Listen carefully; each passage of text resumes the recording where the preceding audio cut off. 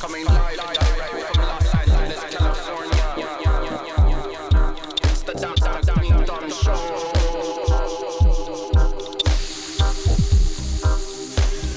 Sit back and enjoy the show.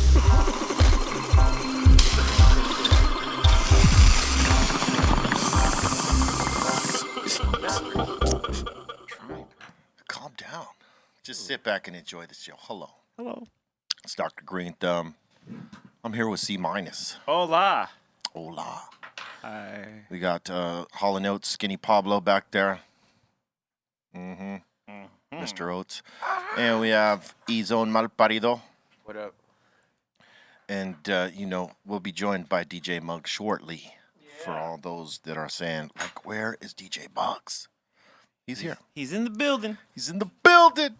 I told him, dude. Trust me, Mike. We gonna pop it off right now in just a minute, man. That's what I'm This is saying. the best. Well, Say what? thanks, Colton. Thanks, Colton. Yeah, that works. That'll work. Right there. That'll fucking do it, Doc. Gracias, mijo. Gracias. Gracias, Mr. Hall. He It's goes to Mr. his Hall right there, Doc. Hispanic friend's house. You're a mijo. Yep. El mijo.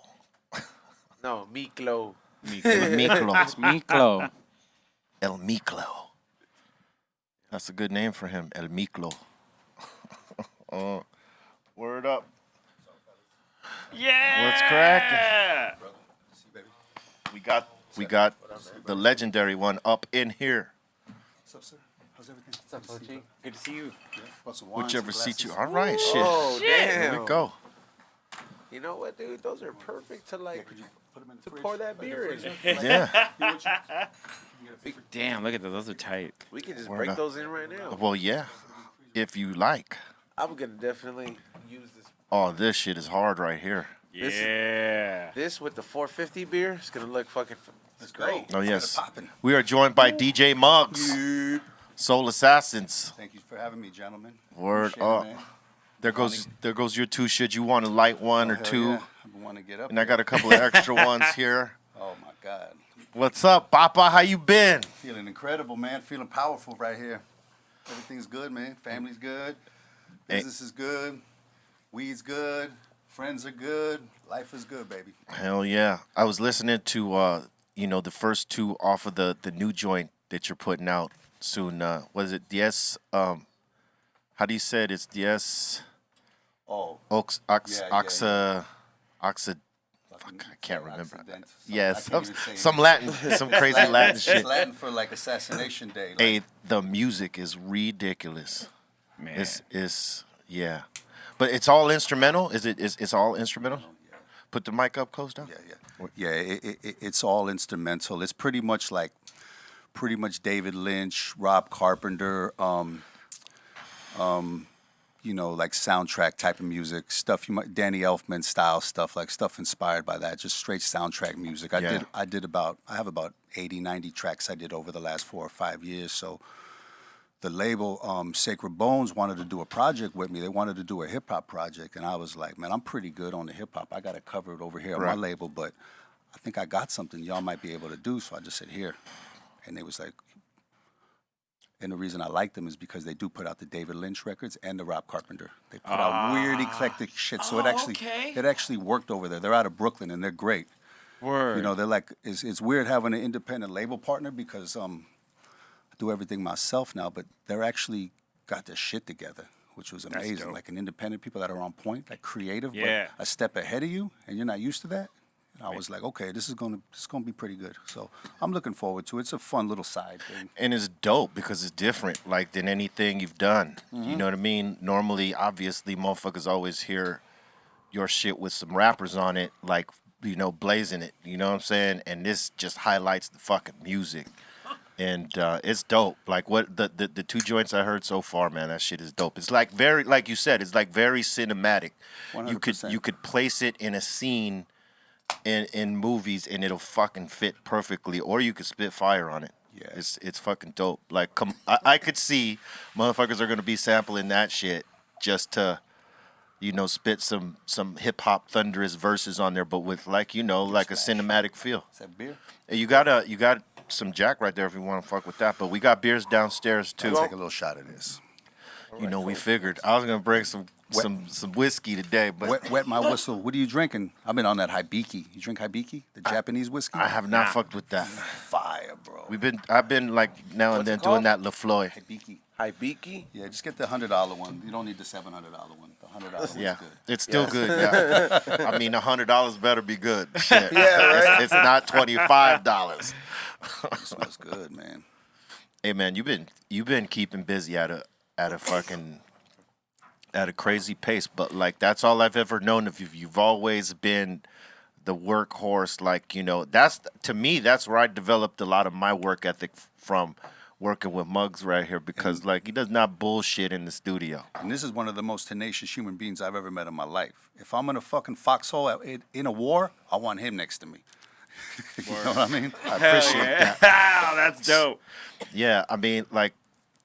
Cause a lot of motherfuckers be like you gave me some of the best advice for like in the years that we've been around, right? You learn shit from other people that you come across and all that shit, right? Very little times do you hear information from your inner circle that like resonates for a fucking lifetime.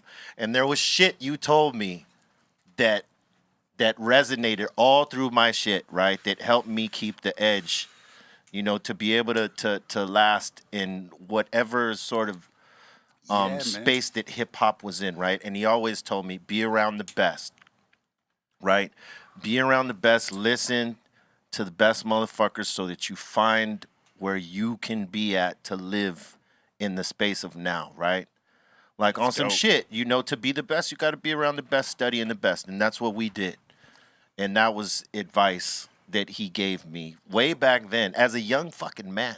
And it goes down to like surround yourself with good, positive people that are productive, right? Because if you don't, what's going to happen? So it's the same thing. And I just wanted him to be the best because we was a crew and we had to be the best and he had to be the illest.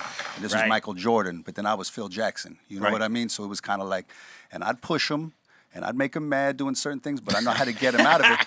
But then the shit didn't lie. You know what I mean? At the end of the day, it was just about the product. There was no egos at all. Yeah, we had to check our egos at the door. Because one of the coldest lines he could tell you, and this is legendary with us, right? Hey, what'd you think of that? It's all right, but it's not that shit. And right there, you got it. Okay, bet. Because I always took into consideration that, like, his name is on it, too. Yeah. And he don't want it to fail. We don't want it to fail. We're a team, but where all our names are going on it, and this shit lives forever.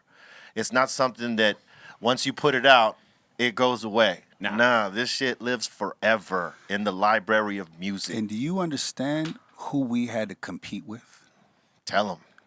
Man. Dr. Dre, Wu-Tang Clan, Snoop Dogg, Biggie, Tupac, Cypress Hill. You know what I mean? Like Public Enemy. Like you couldn't have stepped. There was no first chance. You couldn't get a first chance again. Right. That was it. You had to come. And then you did it.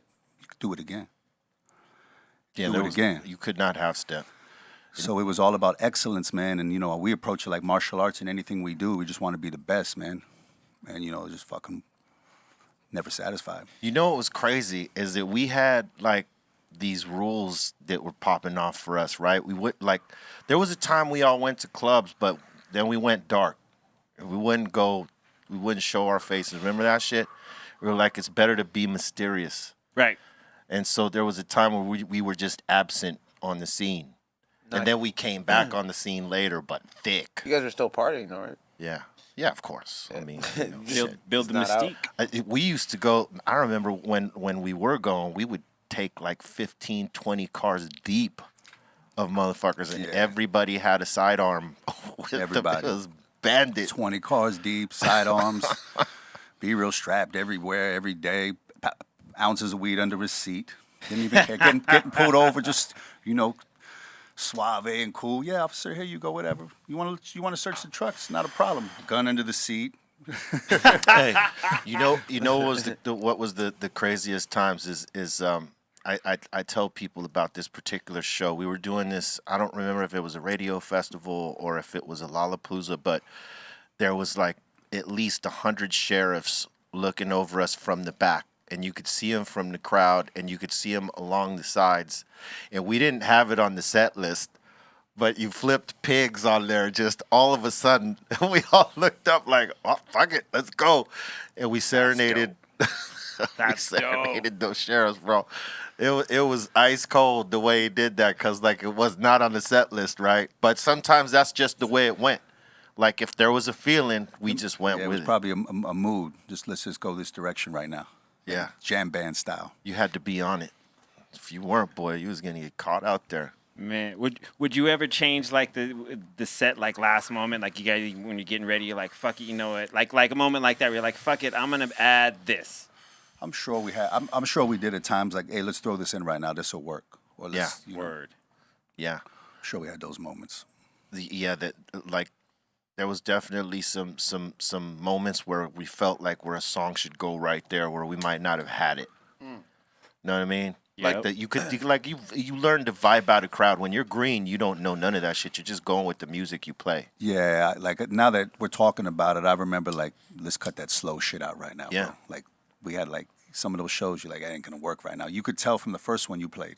Right. It was like, oh, we're about to get into a couple more of those later. Let's skip that and jump to this and put this in. Yeah. Right. And then hearing what some of the shit sounds like live, like what songs work better, like what songs move better. Like when you're green, you don't know. You're just playing whatever you think, whatever you like. Yeah. And that might because you're so close to it, that might not be what the shit is you should be playing. I think we learned that shit early on. Yeah. And he would craft like dope ass intros to go into the set that were just like, if you were on some psychedelics, you were gonna totally feel that shit. You know, speaking of psychedelics, did you go as hard as like with the psychedelics like they did too? Because every time they talk about it, it's like, man, like it makes me feel like I haven't pushed the limits. You know what? Now, I probably didn't back at that time, but probably since that time, you know, moving into the future, I think I had like some really interesting, life-changing experiences. You Through know what psychedelics? I mean? Absolutely. Like what kind specifically, if you don't mind? You know, just like. Like just mushrooms or DMT? Oh, just mushrooms. Mushrooms? Yeah, I like shrooms. I could even microdose on shrooms. Yeah, all the time. It's not. It actually. It's like a little pick me up. I do that every morning. Yeah, yeah, it's good. But it's like, you know, you try experimenting with other shit. Like I tried DMT. That shit was not cool, bro. It was like some Tron shit. I ain't tried that. Yeah, it was. They've been trying to it's talk me quick, into though. it, but I'm cool. It's too quick, man. You come back, but you definitely you leave. Like, I don't know if I feel like experimenting at 53. You know what I mean? Like, yeah. I think I got the shroom thing down really good, and weed, I think I'm cool, man. Yeah, you know, because I found myself peeling back away from shrooms as much as we used to. Like, you know, we would do that shit on Have stage. you fucked with DMT before? Not yet. Like I keep hearing about it. Same. And I have some, dude. Oh, you do? Yeah, I have like 5 grams. I told you it's my kit in case there's like a comet headed towards the Earth, and they're like, look, man, at 107. This shit's gonna hit the Earth. I'll fucking smoke that shit at 104, dude. Right on. Just fucking Smoke that shit on the floor? All right. Yeah, man. That way you're like, you know what? If this shit's all gonna burn down, I ain't gonna feel it. I ain't even gonna be here. I mean, you know, I'm open. You know me, I've always been open. Just not as open as I used to be. You know what I mean? Like, we used to take journeys back in the day. Now it's like, I'll take a walk.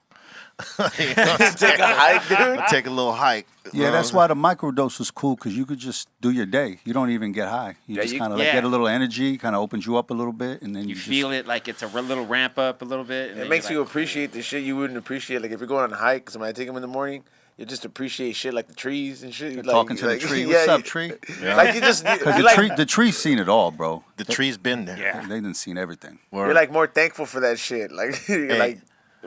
I tell people, like I've told the story of when we were working on Black Sunday at Baby Monster, right? We was at Baby Monster Studios. Yep.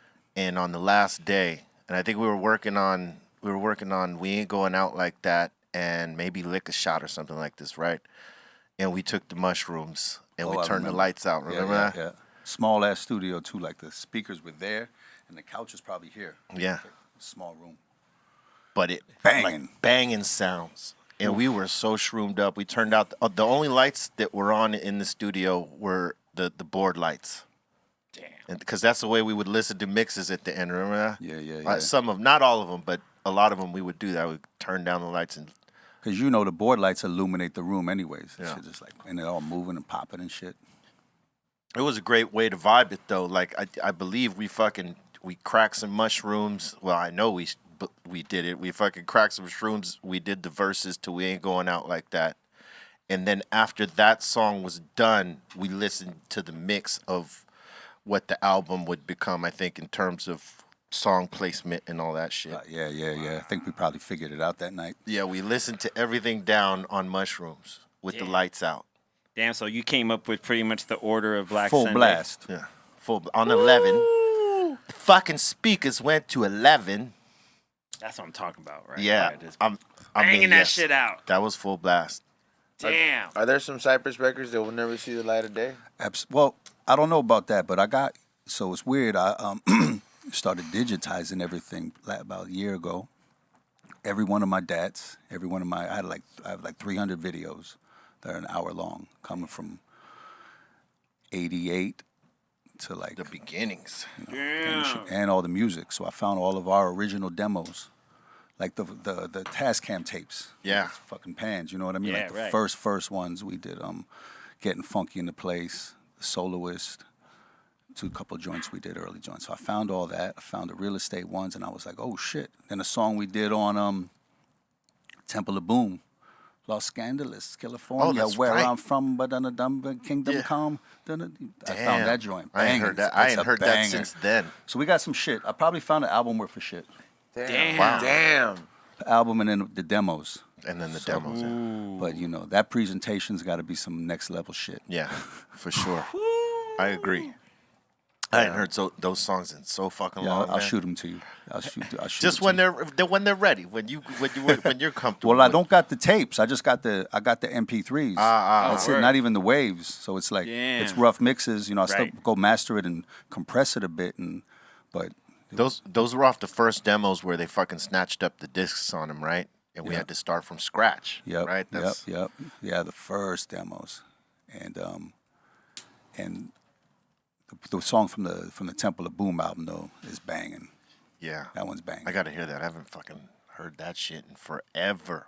Damn. Then that's like some people have the lost tapes or something like that. Right. Yeah, man. This is like this is going way back, but it's like, man, that's crazy that you were able to recover that because I bet a lot of people wonder that, as like a fan, of any artist, like if you've been around for that long. Yeah. You know, they're there, and it's like everybody just puts this shit out. I'm like, I just don't want to put this shit out. Like the reason's got to be amazing. Yeah. Because it could be 10 years, but gotta be a when story. it's time, it's got to be like, whew. So It's got to be a story. yeah, good fucking story, right time. I mean, we got a story, You start hearing Yeah. at the end of the There's credit no at the doubt. biopic. and we got that graphic novel coming. Ooh, and It's looking Yeah. good, baby. And the It's 30 looking year good. and the 30-year anniversary this year. Papa, come on, Congrats. motherfuckers G. was counting us out from day one. Here we are. Day one, bro. They said just get a job. Yeah, you guys Damn. can't do this. You ain't gonna do this shit. Damn. Do you know what you got to compete with? They told me Delicious Vinyl when I did a song for Mellow Man's album called Right. River Cubanos. I And wrote he was that like, song. He was like, hey man, that shit's off beat and it ain't truncated right. I go, that's how that shit is. That's that shit. And he was like, nah. He was just kind of, fuck y'all motherfuckers. I mean, there was a lot of motherfuckers that low-key hated on us, for real, because our shit was different. It didn't sound like anything on the West Coast. And, these labels out here didn't know how to deal with it, right? And they passed on us, and they talked shit behind our backs. I know a few motherfuckers that did that. I won't give you no light right here, but I know, right? Mm-hmm. And they would say shit like they'll never get signed. This dude raps off beat. His voice is crazy. Yeah. Shit doesn't make sense. They're talking about weed. He raps off beat. This is like all this this. other It's shit. like- we was just a little advanced for them. We were thinking and where we was going. They was right here, and we was already over here. We was making where we were gonna eventually get. You know what I mean? And they Right. was living in the moment. And I was like, y'all don't even understand. And once our shit started clicking and all of our shit started working, then I just realized we different. You know the other We're lesson. just different than all you motherfuckers. You ain't never gonna get it, but it's okay. And you know what? Yeah, it's crazy because he gave me another lesson, low key, right? I don't even know if you realized that we went to go see, Leaders of the New School somewhere, and they were on a little shit stage. It was New the York three or of them. LA? No, it was L.A. And yeah, they were. It might have been that club on the bottom of Melrose. Right. Remember there used to be a club across from the gas station, that little Right. spot. King Yeah. King. No, No, Gabba? King King King King. King was on. King Yeah, King that's was on on La La Brea. Brea and Yeah. Third, where there's like a. Was it it's like- GABA? It was around convention time or you know shit like that. Something was popping and they were there and you were like, hey, let's go watch these dudes, right? And we're sitting there watching them and they're fucking hyping it up on a little box of a stage, right? Right. And he goes, hey, you see, they're on a small ass stage. Look at the energy. They're fucking rocking it on that small ass stage. And they was the illest. So the fact that Yeah. we talk, it wasn't like some fools. It was like them. You know how ill they Yeah. was. So that was the bar right there. Yeah, they were the bar. That's like, yo, Even though like that, the group only went so far and then, you know, Buster skyrocketed and shit. They were like the bar because their energy level in terms of performance and even their songs were just like on some shit. And we were like, okay. He was showing me, look, this is... you know, you got energy, animation. You know, Right. like commanding the stage, where to be on the stage, how to move around, how to stay in the corner and move it. You know what I'm saying? Right. And just like control the shit. Don't just get up there and rap and kind of like how to work the zone. just think I'm a freestyle the whole shit. No, like be on point with your shit, or rehearse that shit and stuff. So we'd rehearse. We'd get like a studio with mirrors and shit. We rehearse how to come in and out of songs, Dope. what we was gonna set up. You know, like how we gonna come into the song, and we focused on our shit, bro. That shit didn't happen by accident, my nigga. You know what I mean? Lot of That's work. None of that, my G. Like It took a some lot work. of work. We was doing in stores, the morning shows. Oh, man. We you know what One Stops was, right? Yep. So at One Stops, we was doing shows they was eating breakfast and we was rapping. He was rapping. Yep. That was tough. That's tough. Rapping in front of people that are fucking having 12 people at the show that night with Tim Dog. having breakfast Tim Dog. Tim Dog. or dinner. Because Tim Dog was actually, at the time, our shit was popping, but he had Yeah, like, that song out. Ultra yeah, he magnetic. did. They put the wrong side of our single out. They put Phuncky Feel One when we told him Killer Man. Oh, so you did tell him kill Oh, him. we said Killer Man and Hand on the Pump, and they said Phunky Feel One. Oh So shit. we said fuck it. And Yeah. so Tim Dog came out with the momentum, and we was like this, but we was on a promo tour with him. Right. So we would, you know, we was killing it though, and he was doing his shit. But Yeah, our shows were fucking smashing. there'd be some, but there would be shows with 12 people some nights. We was in random cities, little cities, doing in stores. You know what I mean? Go to the radio stations, go to the college station, go to the fucking One Stops, go to the club at night. So That- it was work, bro. You didn't just get on your Instagram, you know Nah. what I mean, and just No. tweet and be like, I'm putting in work. Solid work. Woo, solid work. Solid though. work. Because that was in between, like, because this was during the Third Base tour. We're opening for Third Base. But Tim Dog and us are on a promo run on that tour. Like, none of us are getting paid. We're just doing the shit. And so in between all those shows, we had to do those, you know, those in stores and the, you know, One Stops and all that shit. It was work. It was real promotion. You know back what some then. funny shit was on that tour? So you get per diem on tour, right? Yep. Everybody gets per diem. So B-Real gets the per diem. He gives me my money. He sends his money. Everybody gets their money for the week, all the workers. So Tim Dog got the per diem for 12 motherfuckers or whatever. And apparently he wasn't giving them their per diem. And they was like, hey, we need some food. He's like, here's the fucking money, motherfucker. I'm not your dad. So about a week later, I was sitting on the front of the bus with Slugger. Slugger was his big Bronx motherfucker, big OG, right? And I was like, ew, we got our per diem today. He's like, what? I go, our per diem, homie. He's like, what's that? I go, come on, man. The money we get every week for being on tour. He was like, how long has that been going on? Stop fucking with me, man, the whole tour. And then Damn. That's a relevant question. it wasn't nice for Tim Dog. Woo. Yeah, they didn't, you know, they weren't feeling that treatment right there. Cause you know he was holding their bank. He never cold was as not ice. giving it to How them. long? Apparently. Like how much work did he hold? Did he hold back? We was on tour for like 3 weeks, but you know. Just 3 weeks worth of like per diem. He just Well, kept it. I don't, you know what I'm saying? 3 to 4 The weeks, first yeah. week matters. If you go on tour and you ain't Yeah. got no bread and somebody's Yeah. throwing bread at you. Yeah. You know, I suppose you're supposed to have your little $250, right? Yep. Some motherfuckers need to be holding other motherfuckers' money because they might have like not they don't grasp saving it and using it when they need it on the road. They might blow it in Yeah. one shot, right? But Right. that's not what my dude. No, he was like, because I think you seen like 7 racks. You was like, Right. man, this feels good in my pocket. Oof. He just kisses nice right here. I'm used to this. I'm used to this. I'm gonna roll. This is how I roll. You know how good 7 G's feels in your pocket. You know, right? Yeah, It feels. yeah, You yeah, walk yeah. different. Feels nice. Your chest comes out. Your shoulders go back. You looking up? You You're like, feeling oh, yeah. good, feeling fresh. Whew. You might have got yourself something fresh. Something like, that's nothing, you know, for the day. Yeah. You could totally be feeling yourself. You know what I'm saying? It's not a bad number though. It's not a bad number. It's a good number. Just You could have bigger numbers, but that's not a bad number Yeah. to have in your pocket. When you don't got anything else but that, you don't want to part ways with it. True that. True. You want to stretch it or reinvest it if you're smart and try to double up. But, you know, hey, some motherfuckers ain't got that part of it. You know? Yes. Oh, more joints. All right. Cool. I'll take that. Yo, Muggs, Thank you so much. When you were like finding all this work, I always wanted to ask you, like, as DJing for 7A3, when you first that was one of the that was your first DJing for a group situation, right? 7A3. Well, the timeline's like, we met. Oh, okay. We met first, Word. and me and B became a group. Okay. Sen and his brother was a group with Julio, and me and B was a group. And then I met the 783 dudes through our homeboy Eli.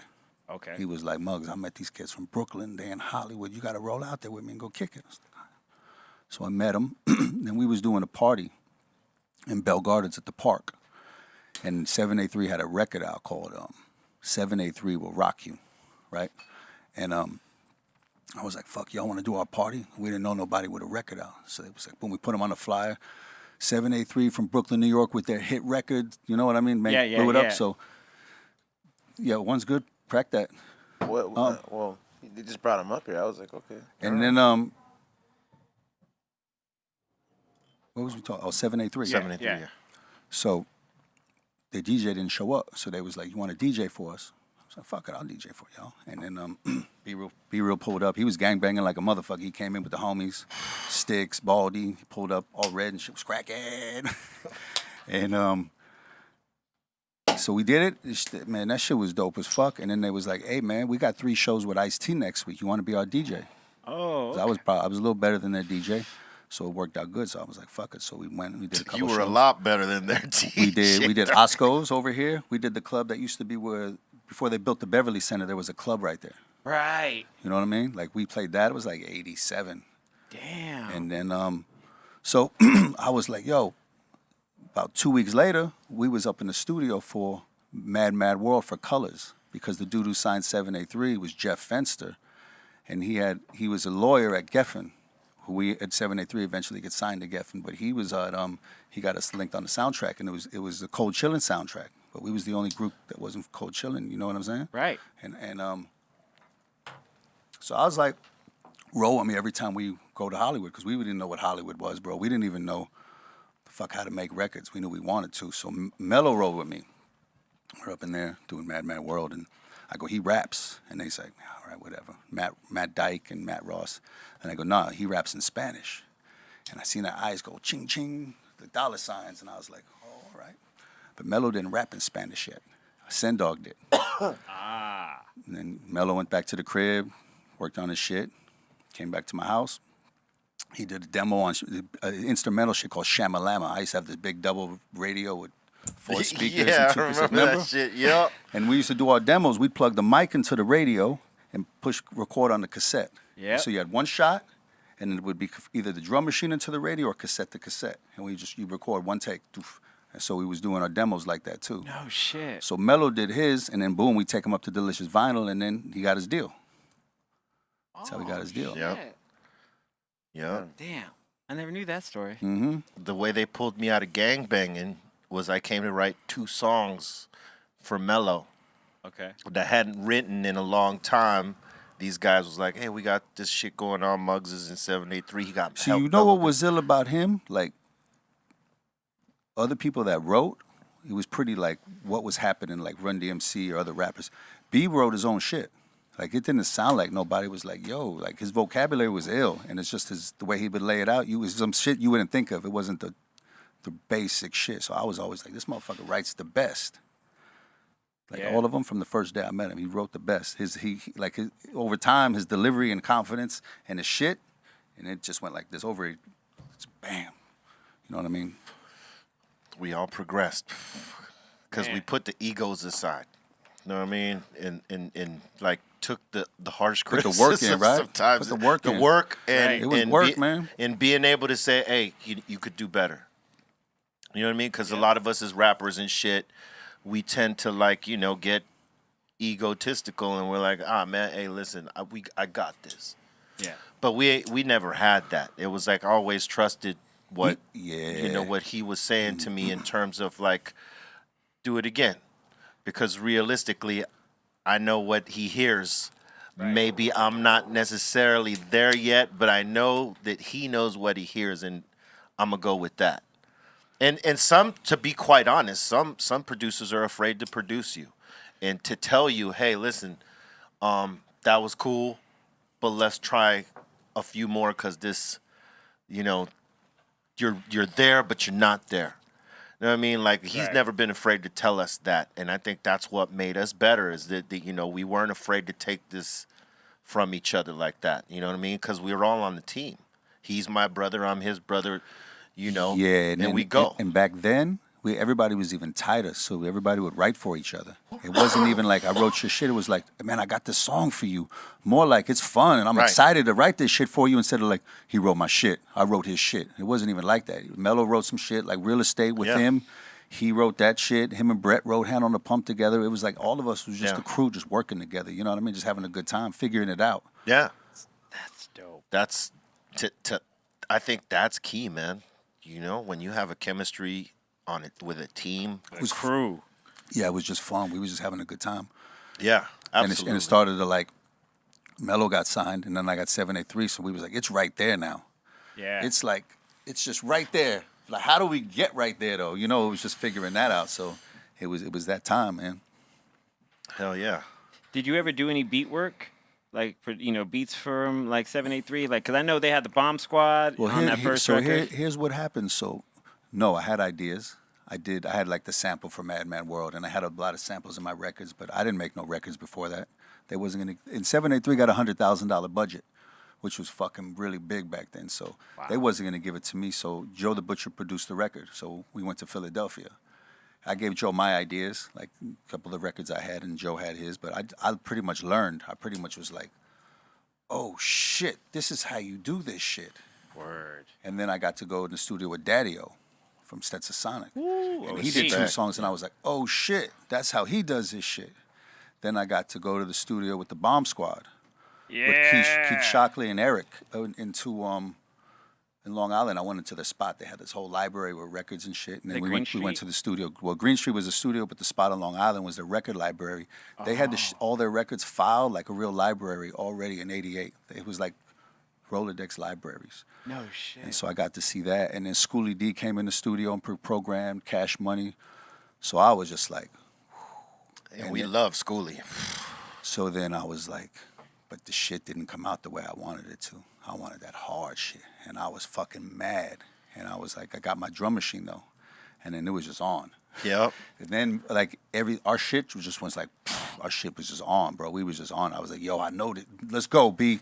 Yep. Like, it's on now. And we should have called him Lumberjack, because he spent time steady chopping. Hey, you know what used to fuck me up sometimes, though? He'd have an idea in his head, and we'd be in the studio, and you had a cracking ass beat that we hadn't had nothing for yet. And he'd just be like, rap. Go now. Just on it. Just in. Because you know what, man? It's like it was awesome, though. When the energy's stagnant, it's like we're all thinking, but it's like it's pulverizing. Everything just freezes sometimes because you're thinking too much. It's like, just rap, and all of a sudden ideas come, and he'll say a word, and I'll be like, oh shit, you'll say that like this, or that's the hook, my G. I mean, And then we that's flip it and we repeat those words and we just like, yeah. I mean, that's how Killing Man came together, right? And you know, I've told this story. That shit comes from 3 different songs, and he heard something over that beat that I had already written for this other shit, and then we filled in the blanks. You know, shit like that. Just him being able to hear stuff like that, and us being open enough to follow that direction. You know what I mean? As the rappers and as how we write the shit. And sometimes we wrote it together, you know, like the idea of it. Okay, this is the cadence I hear over it. And I'd hear the cadence that he would say I to would me. hum a cadence to him. You know what I mean? Yeah. Like, here's the flow, just like the melody. And then I'd fill in the blanks on the cadence. And we was experimenting, man. We was building the plane while it was flying. You know what I mean? We was experimenting. We would get all kinds of influences. We loved DPMD. We loved Ultramagnetics. We loved Public Enemy. We loved Milk is Chillin'. All the singles that came out. Run. Yeah. So like all that shit is us. And that shit's our whole lives up to that point. That's what that first record is. It's fucking every fucking thing we had. The second record was that period of time. You feel me? Yeah. But that other shit was everything. And then that record was like 3 years worth of demos, so you see how there's mad different styles on it. It was like different phases we went through and shit. One of the songs on that first demo, I believe, I can't remember what it was called, but Muggs was bringing back like shit from the East Coast for us to hear, and one of the groups was Treacherous 3, Kumo D's original group, and they had this fucking they had this style. It was like just straight up like water. There was no break in it. Oh, it's like the new rap language. Yeah, there was no blank to fill in. Right. It just Right. going. And you know, that sort of opened up our fucking world right there. Them and KRS-One, obviously, you know, that like. You know just what the I did out contrast. here? I would get all the records and bring them back, and it was crazy because it was back that time. It was like I had the internet and you didn't, because I'd go to New York and bring styles back or records, and you didn't Right. have it here. Yeah. Right. Tony G had it and I had it, and nobody had Those records, access to this culture. You feel what I'm saying? Right. So, Yeah. 100. And I called B-Boy Records and said, and I didn't DJ on K-Day, and I said, I'm a DJ on K-Day for the Mixmasters. Can you send me records? And they would send me everything. And when I got the JVC Force, and I got all those shit. other records, all those obscure records on B-Boy, because Yeah. I called and they sent me everything. So when I got poetry, and then I would make cassettes and we'd bump the cassettes. I put everything on the cassettes, and Yeah, that changed I was the just like, whole shit. yo. For me, Damn. in terms of writing and terms of style, listening to those joints as opposed to what we were listening to here at the time changed my whole dynamic on how I would write later. You know what I mean? You was ahead of the curve. Yeah, because of those records that he would bring, because nobody else had them. Like, sure, you would hear them on the Mixmaster show, Tony G and Julio and all those guys, right? Mostly Tony had those records, right? Because Tony would Yeah. play the records. Yeah. Julio wasn't on the Mixmasters yet. he wasn't on yet. That's no, right. he got on there later. Yeah. Right. And yeah, so like we were exposed to those records early, like the Wild Style album, right? From the soundtrack of the Wild Style. That shit was fucking amazing. shit. And Style Wars, and there was something else that you brought. But we, you know, me and Sen, we were soaking all that shit up. And so we were crafting our own way that we would do what we did. Yeah. Damn. Yeah. And I'll tell you what, though, man, I'll give some you know, major salute to Brett B, because he actually taught me he actually taught me how to write a song. I knew how to write raps. You know, that I could do, and I had like some sort of experience, like not much, on how maybe you do a song, but like he actually showed me, like, you know, to carve down from 24, 32 bar verses into fucking like 8 and 16. Yeah. And make it more dynamic. Yeah, Brett used to roll thick with us. Like he would be right here. Like Yeah. we would all roll. Mello was with us. He was with us. Like we just all rolled. Like it was just. Yeah, it was a team. Yeah. That was the cool shit, is having that experience of a East Coast artist, actually, because, you know, I mean, he was living here, but they're from the East Coast, you know, absorbing some of that game and then just flipping it to what you know, we turned it into. Then we went to like, I'd go to New York. I'd go stay with my grandparents because they had a nice little out there. You know what I mean? B came, My Yup. grandparents' house, stayed for like a month in New York. First time he came. We smashed out to Philly. We went to Crown Heights, picked up Clark Kent. In Crown Heights, grabbed Clark, smashed out to Philly. He's going through the tunnel, swerving through the tunnel. I was like, yo, you can't do that in the tunnel. He was like, smashed out to Philly, hung out in Philly, smashed back to New York. It was right. funny. We was hitting the clubs, hanging out in New York for like a month. And then, Wow. and that's how we did it early. This was like early demo shit. Like I was like, y'all got to come to Yes. New York, yo. Because once you feel the energy, Yep. you take it back home with you. And like, Yep. I felt we just had like, I gotta say that was huge for me. That was huge for me Oh, because bro. I mean, Good to see you. we're on the West Coast, trying to do this hip hop music, right? And he knows like, come absorb this real quick. So he was taking me to Club Mars. Remember the tri-level, the legendary yeah, like Club 7 Mars. floors, man. But Yeah. like, That's like Times Square, right? it'd be like reggae in the basement, then it'd be Q-Tip, then it'd be Clark Kent, and then it'd be like, the DJs would switch it, and then it'd be house music, then on the roof would be 45s, Yeah. soul 45s. Yeah, it was an experience, man. For me. Me too. What That the shit- fucking never seen no shit with 7 floors with a different club on every floor. That shit was cracking, too. crazy. What the fuck Hey, is this? Clark Kent was mixing his Oh, motherfucking he's the ass illest. off. Clark's the illest. He had some Fuck, shit man. going on with Big Ol' Butt, right? So he had these little 45 records. I know because we went to his crib because Muggs was one of the Supermen, right? So occasionally Word. we'd go visit Clark, right? That motherfucker had a room about this big with sneakers everywhere. Yeah. Boxes of, you had to crawl around the sneakers. And records. Records And he had these little 45s that were the comic 45s that told the stories of Superman, Spider-Man, Batman, and blah blah blah, right? That was the thing? Yeah, that's a thing, right? They're like 45s or 78s, right? They're on vinyl, right? And he found the one for Superman, right? The cartoon 45, shit. Storybook The, one. yeah, the audio, right? Audio of it, right. And he was playing Big Ol' Butt in the club, and so whenever the name part comes in Big Ol' Butt with LL, right? Mm-hmm. He's at Lois Lane got a big old butt. That's right. No, it told you I'd be true. But Lois Lane got a big old butt. And then he would go through all the Superman themes, okay. right? Because he's Clark Kent. He's Superman. So he would use all those little cartoon voiceover things That's to dope. fill in the blanks to certain songs. I had never heard nobody do Nah. that shit. I It's was like, wow. And then like Stretch and him was the first ones I was hearing was, they was bringing the last word of this song and then the first lyric of this song and it was Right. meshing together. They was the ones I seen, it was like 88 and 80. They was doing that shit before the shit turned into the trend it began, you know what I mean? Right. Yeah. Yeah, Stretch Armstrong. Like they're man. fucking bananas with that mixing shit, boy.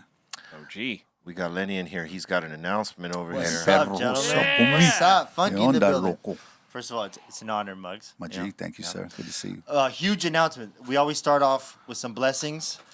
We got some super special funkies in the house today. So special. These are a collaboration with our good friends, Redline Reserve. Bro. Ho. You all know Rojo. You all know Redline Reserve. They bring that heat. They've been growing for decades. Bees like personal growers and just like really good dudes. Are they now? According All to right. Redline. You know? According to Redline. They are. But, Those are my boys. My peeps. But the collectors really have embraced this little teaser today, and I got some collector shout outs and some questions and some cool new announcement from Phuncky, if you don't mind me getting Bust into it this. out, son. Dude. Here it goes. So here's all the fire emojis. Trace, Rolling Groot, Peeps Only, Ramsey Ohm from SoCal Bros, Doink Face, Rick Wickeds, JoJo, Eric, Jason, Social Smoking, Ghost, Hoodie, Hoodpacker, D Watts, Albodingas, Albi Tusasi, Chew Dog, Living Wonderful, Delicious Dope TV, Jeff D, Pacalolo, and Gibbs. And here comes some comments. All right. J7, these remind me of those hard candy. They do. They look like those red and white hard candies. Right. Chief and Keef, these are lit. Cornelius, Redline, baby. Aesop Cake, this is dope. Geo, if Tres X and Peppermint Lane had a baby, this is what they'd look like. Right on. Evil Genius. Fuck yeah, they're fucking funkies. Richie, Redline Reserve and Funky bringing that heat. My collection definitely has space for these beauties. Chris Hall, I'll take one of each. That good luck. Some of them are super low count. Mac in the Box. I've been waiting for the high rollers. OG 480, Run It, Mead Smoke Shop. The Phuncky team has been hitting home run after home run this year. You can definitely find Phunkies at Mead's. Six-sider. They will definitely. Will these be individually priced? They will. Good luck getting them. Get with another collector. One of them go for high roller, one go for fatty, and then trade later. That's my suggestion. Awesome. Mister, fatties go so quick, don't they? SJ Waxing, how can I cop all three? Like I said, get with another collector. JP, high rollers all day. Stadio, I hope I get lucky. Greenlit, hell yeah, Rico Suave millimeter. Now this is my, this is what I brought this this new sizing sheet. Collectors have been wondering what new sizes we're gonna go with, Right. and what dictates these sizes. This consists of value and of our whole new line moving forward. Here it is. So what consists of the new sizes is the length and also the diameter of each tip. So the Slim's length is 1.25 inches, and the Slim's diameter is 6 to 7 millimeters. The Classic length is 1.25 inches, and the Classic is 8 to 9 millimeters. The Fatty length is 1.5 inches, and the Fatty is 10 to 12 millimeters. Thank you for that. Boom. High rollers are 2 inches, and high rollers are 13 to 16 millimeters now. And we're going to introduce 2 brand new sizes never seen before. The Slugger is 3 inches, and it comes in at 17 millimeters to 21 millimeters. Oh, The Titan is 4 inches, and that comes in at 22 millimeters to 26 millimeters. And you guys have already copped, which now is known as the Titan 50/50, which comes in at 6 inches, 25 to 25 millimeters. What the fuck? That's right. So you guys been asking, what are the new sizes? What are the lengths and diameters? Those are it. Redline, 4:20 p.m. Pacific Standard Time this Friday. That was a lot, right? It's a lot of information, Lenny Ducano. You handled it. Thanks for the tip, bro. Amazing. That was a great tip. Yeah. Amazing. Thank you for your time. Thank you, collectors. Lenny See y'all dog. Friday. My G. Yeah. Word. Lenny Ducano. Lenny Ducano, All right. thank you, man. This tip is so cool. Yo, Muggs, what's up with this wine? Yeah. It's It good. tastes really good, man. I mean, It's very smooth. This is a wine we did. It sold out already, but we're gonna release some online in next month. It's from Germany. It's a Petna. It's like a sparkling red, natural wine. yeah, it's That's that creep up. You know what I mean? Natural wine's about 10% alcohol, so it's a little less, so it's a little lighter. It's unfiltered, no added sulfites, Dope. no headache. Natural wine Right. good. It picks you up. It don't like give you that sulfite. It's supposed to fucking give you a heavy little, for- yeah. So it's good like that. So Yeah. Dope. yeah. Last time I overdid it on some of this stuff, man. I was drinking. I had some similar stuff. What is it? Raz dude had some of this stuff, and yeah, he's like, yeah, no, this is like some German stuff, and I was like, oh yeah, it tastes close to. Assassin wine. Yeah, that I mean that's. But it tastes very similar to some of the sour beers. You know what I mean? Yeah. 'Cause some. Yeah, and you know what? Some of these were off. So like the second one we got, they call it mouse in the wine world, but it got this little like taste right here. Mm-hmm. I don't really know the wine world like this, so, but they said but some people like that. Because the thing about organic wines is they're off. It's like underground hip hop producers. They just take the rules and they're like, what happens if I tried this? And what happens if I tried this? And what if I tried this? So that's how a lot of the organic natural wines are. Dope. It's just fools that work for them big companies like, nah, but what if then they start doing shit you ain't supposed to do and you get these interesting flavors, you know what I mean? They're the next level shit though. Pepsi challenge, shit, bro. That boutique shit. Absolutely. Word. Keep a boutique. Yeah. When in doubt, keep a boutique. Sometimes less is more. It's the slow burn, baby, but it's the best. Oof. What are you smoking these days? I'm liking been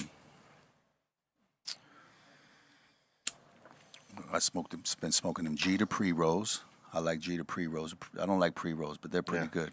You said Yeah. Jeter? Jeter. I like the Are pre-rolls. those the little ones? They got the big XLs too. That's like this, but Yeah, they and they have the baby Jeters, right? 100%. Oh my god, dude! I have a friend that smokes these every single day. But I don't like. I'm at the studios. Whatever. I just get ounces of weed from the homies, right? Right. And then, but the motherfuckers, it's like whatever they use on the keef and the shatters, whatever, and in the exotics and the weed, it's all from the same bud. Okay. which makes it. So they use it all, consistently. It's not a bunch of different shit. It's a pre-roll that you would smoke and be like, I could smoke this. You know what I Yeah. mean? Because usually the shit's garbage. Pre-roll Yeah. is fucking horse shit. You know what I Yeah. mean? You know, I've never given those a try just because the fact that I've fucking judged it before I've tried it, and fucking Crazy Will fucking swears by these. He gave me I one. need the infused ones. The infused ones, you need Yep. those ones. Bro, Yeah, he that's buys nice. I'm like, he this is buys good, these man. every day, bro. Like he swears by these. So Yeah, like he got a jar of and them. I've always just fucking tell him it's like, no, well, I'm not gonna smoke that shit, Will. And then I'm sorry, Will. I'm gonna smoke it next time he offers one. I mean, it's hard to find a good pre-roll because you're right. A lot of them are trash. The material they use is like not the best, Yeah. and you get stuck. You don't have to smoke it, but sometimes you might get caught out there where you And like, in the lab when I'm rolling, I'm smoking yours. I'm smoking LA Kush. And then I got the homie that comes through and goes, Muggs, this is fucking this. He brings me 5 bags with just the fucking little initial on them. You know what I mean? Word. So Yep. I'm smoking a lot of that shit because it's just endless amounts that There's- doesn't cost a nickel. That's that Hey, organic. when we started, you could literally count how many fucking strains there were, right? There was dirty ass Mexican weed, and then like some regular cool outdoor shit, and then Bomb didn't come. Remember when it barely came with like the whip bags? The little they were like little nickel bags that motherfuckers were charging for like $20, $30. Whip. When I lived on Kingsley, right off of Sunset, I lived in this building, and my roommate was DJ Aladdin. Word. And in the building, Grandmaster Kaz, me and Aladdin moved there first, and Dave Funkenklein lived there. Rest in shit. peace. That was Okay. my homie. So I met him when I was with 783, because 783 was managed by Rush Management. That's right. So then who moves in? Whip. And Whip was selling weed, but there was these little nickel bags, but it was fucking hydro. But hydro was new. We was like, the fuck is that? These little bags, one joint. And then Grandmaster Kaz moved in the building with Special K. Then Paul Stewart moved in the building. I was like, man, there's a gang of motherfuckers. I'm moving out now. All legends too. Damn. All legendary folks in the hip hop game. I'm Crazy. gone. We were Yeah, that around was- all those that guys. was a good time right They there. had a great hustle. I remember when we got those backstage passes to that Prince shit at the Coliseum when he played there. Remember that? Yeah. And me and someone got caught with with the fucking the felonious backstage passes because we tried to go too far. That was their shit. Like bootleg backstage passes. Yeah, they had the bootleg backstage pass game down. Damn. All right. Any concert, any show that came through, they had it. You just had to know, like, dodge certain places. Don't go too far. We tried to go too far. I did. Know what I'm saying? Damn. It was they like their head of security looked at our laminates. They were like, They would make their own. Like, imagine you're my crew, and like you might get a pass to bring a girl back or whatever, right? But Right. you would make your own backstage passes now and go slang them to people, and that's how some of their homies was making bread. yeah. we got into a lot of shows with those, man. I got to tell you. Awesome shit. Hey, we got to experience a lot of great hip hop shows that way too. On those on them bootleg fucking Yeah, man, good times, the man. bootleg lammies. Hey, Good shit. when you would go out of the country and go to all the different places, would you hit record stores as soon as you get in there? Were you always constantly like, all right, I got Man, you know what? I tried my best, and but shit, I was drinking every night, Right. and then I was jet lagged, and I couldn't sleep, so I had to drink to wake up. You know what I mean? And Right. then I was just tired all the time. So And then dragging all that shit with you. if you're doing clubs, it's a little bit easier, like your clubs, but the festival tours and shit is hard, bro. After I tried Yeah. when I could, but not really. That's right. Yeah, because you're collecting vinyl for like a tour that's going like 6 weeks. Yeah. And then you got to lug that shit around. Dude, that's one of the things for me. Like when I first started going overseas, I would be like, oh, I gotta hit record stores. And then after a few times, I was like, man, I'm paying a lot to ship this shit See what I'm back. saying? Like, And give us that then shit. and then it became a thing of like going in and saying like, I hope I don't see a record store because then if I see something, I'm gonna have to go in and more than likely it's gonna be calling me and having some shit I've been looking for the last fucking 10 years. and I'm The gonna be like, vinyl will be fucking screaming at you. "Ooh, Buy me. Come on, you'll never find me anywhere else. That shit be Oh, calling me, man. man. For real. Hey, yeah. but I'll say that about the digital shit. It made it so much easier. Yeah. Once motherfuckers embraced it and realized, you know what, I could still sample this shit. I love it. You know what Yeah. I'm saying? It's If it was like this is the easy. It's easy now. Yeah. yeah. No, it's super fucking. The whole shit is the easiest shit ever. If you can't win right now, I don't know what's wrong with you. 100. Yo, you couldn't even. A low budget video back in the days was $5,000. But then I had to make copies. Yep. Then I had to hire a video guy to go hire. You're like a video representative. You got to go bring my video to BET. So I got to pay you to bring it to all these places, right? Right. To service it for me. And then the production has to look as good as what they're playing for them to play it. Yeah, it has to Just have a standard. Just to make a video. But even if I made it, where did you play it? Where was the platform? You didn't have it, right? Right. And look at now. Make a video for $200. Bam. You could. Dope ass video, You could bro. make it Right. for If nothing. I shoot, I just edit that. Man, I make that shit look good if I know how to shoot with a camera. Like Yep. And if you got editing skills. right to the people. Right to the right on Right to the YouTube, people, and and then that's it's it. And bam. if it Direct. I mean, look, think about it like this, right? There was a time where it was used to just be MTV or radio and MTV that would break records. Yes. Right? True. Somewhere along the line, YouTube started breaking records. Yeah. And motherfuckers, from the record companies were looking at, like, who are some of these people going viral down here and saying, you know what, let's go give them a deal. And it's a totally different platform. Yeah, YouTube's the biggest shit in the world. Yeah. YouTube's bigger than television, all the radio, and everything put together. Yeah. You're dude. And on some. And you know what's interesting though? Streaming is only at 5% of its potential right now. Because it's still new. Streaming. It's still new to At YouTube. 5% of At its potential. 5%, that's where it is. Imagine when it's 35 or 40%. Oh, yeah. Like Elon Musk got this new satellite called Stargate. You heard about it? It's a whole system of satellites he wants to put up that's Yeah. going to make internet for the whole world. In every corner of the fucking world, you get internet. So imagine everybody in every country where there's 1 billion people in Africa, there's 1 billion people in India, there's a billion people over here, right? Right. You have a cell phone now. Now you could tap into our shit. Right. Everybody's connected. Unless they have one of those fucking blockage. Ooh, that's gonna be crazy, dude. Be crazy. Yeah. No, but it's right there. It's Right. right. Yeah. It's right there. A fucking push of a button. And at the same time, make sure you invest in Ethereum and Bitcoin. Aliens Put finna all pull your up, money bro. and double down. Aliens finna pull up. Not if we gonna stop this. They gonna be like, you ain't building this Hold shit. up. Wait a minute. Y'all Hold going up. too far. Wait. Whoa. They're like, Slow Be down. like, you ain't skipping these steps. Some This is gonna blow that shit people. up. we let you guys just go a little too far. Oh, It's man. coming, man. It's coming. It's right there. Just get ahead of it. Tap into it. That's Yep. right. Be ahead of it. That's scary, man. Anybody could hack that shit. Well, I mean, imagine like the world with like if you're like you're saying like unlimited internet Well, when anywhere in the world. When you decentralize things like they're doing now, like with Bitcoin, where there isn't one central place that houses it and controls it, it's like we all do, plus another 1,000 people. So you got to close all of us at the same time, which will never happen.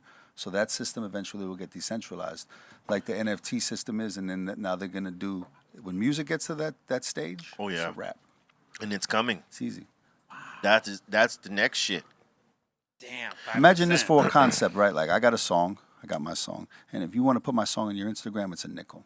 I'm like, fuck it, I'll spend a nickel to put even his photo. I'll put it on. Word. Now every time somebody takes that song and copies it from you and puts it on their Instagram, I get a nickel. There's no Spotify no more, and there's no YouTube. Okay, so now my song went viral. 10 million motherfuckers heard my song for a nickel. You feel what I'm saying? Yeah. That's the future of music. That's what all the Bitcoins and all the coins is gonna do for music. It's doing that with art right now with the NFTs, right? Mm-hmm. That's gonna happen in music. What I just described next. That's gonna be the future of the music business.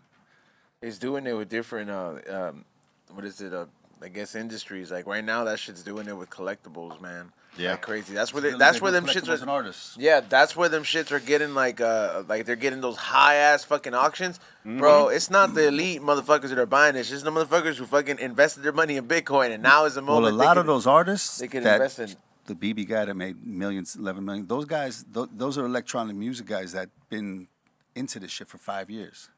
They've been throwing like Bitcoin parties in Europe. You know what I mean? Like it's a scene that exists already. Right. Like for Yeah, us, it's growing. it's getting to the mainstream. We're like, oh, what's this new shit? You know what I mean? But that shit's been some underground shit, like some. Yeah, for But yeah, it's for a right minute. now the whole system's it's at the beginning of the S curve, because now the whole thing's safe to really invest in. You know what I And mean? it's survived. Yeah, like you got all the billionaires coming in now. You know, you got all the institutional money coming in, and they're coming in little by little, and they're trickling in. Now you're starting to see, oh, it's really safe now, and there's no going back. Yeah. Then it's gonna hit the floodgates, and it's gonna smash with everybody, because everybody has this now. Everybody's trading. Yep. Everybody can buy your own. Yep. You can go get Robinhood. You know what I mean? You can get Coinbase. Yep. My daughter has a Coinbase and a Robinhood, and her friends, and they buy stocks, bro. That's tight. That shit looked like Chinese arithmetic to me when I was 18, and my daughter's fucking buying stocks and shit. I was like, yo, this is another world. Because if we knew about that shit, man, I'd have that shit mastered. Oh yeah. I'm like, That yeah. If So- that was available to us back in Those days. man, so with the music, what I'm saying, our whole society swiped PayPal everything, Right. and the coronavirus just put that shit up 5 years. It just propelled everything, because everybody's cool at doing all this shit now. You know what I Yeah, mean? it's there. And like a lot of companies last year, if I said I'm gonna work at home, they'd be like, you're fired. Now they're like, stay at home and work. You see what I'm Yeah. saying? I never used to order Amazon, dog. I used to go to the store and do all my shit. I'm like, man, fuck all that shit. Fuck that shit. I'm gonna go do my shit. Now I'm like, I ain't going to the store no more. This shit is dope as fuck. Right. You know what I mean? it Yeah. makes it easy. You Yeah. seen that stock went from like 2,400 to 32. I mean, What? yeah, 2,400 to 32, 3,300 Amazon over the COVID. Yeah, that shit is crazy. I Because mean, nobody wants to. Yeah. Like, there's people that don't want to go. Yep. Like, period. Even if this shit was not happening, you know, like they've discovered it, they'll probably never go into the store again. Oh yeah. I mean, Like, you can know, have. unless they like feel like, you know what, I need to walk through. But it's so easy now. It Yeah. just comes to you. It's easy and it's cheaper. Yeah. And It's the best shit that I don't know where to get, but it's right there. It's right there. You just think of it. And then they give you, if you get the Amazon card, you get 20% back. Yeah.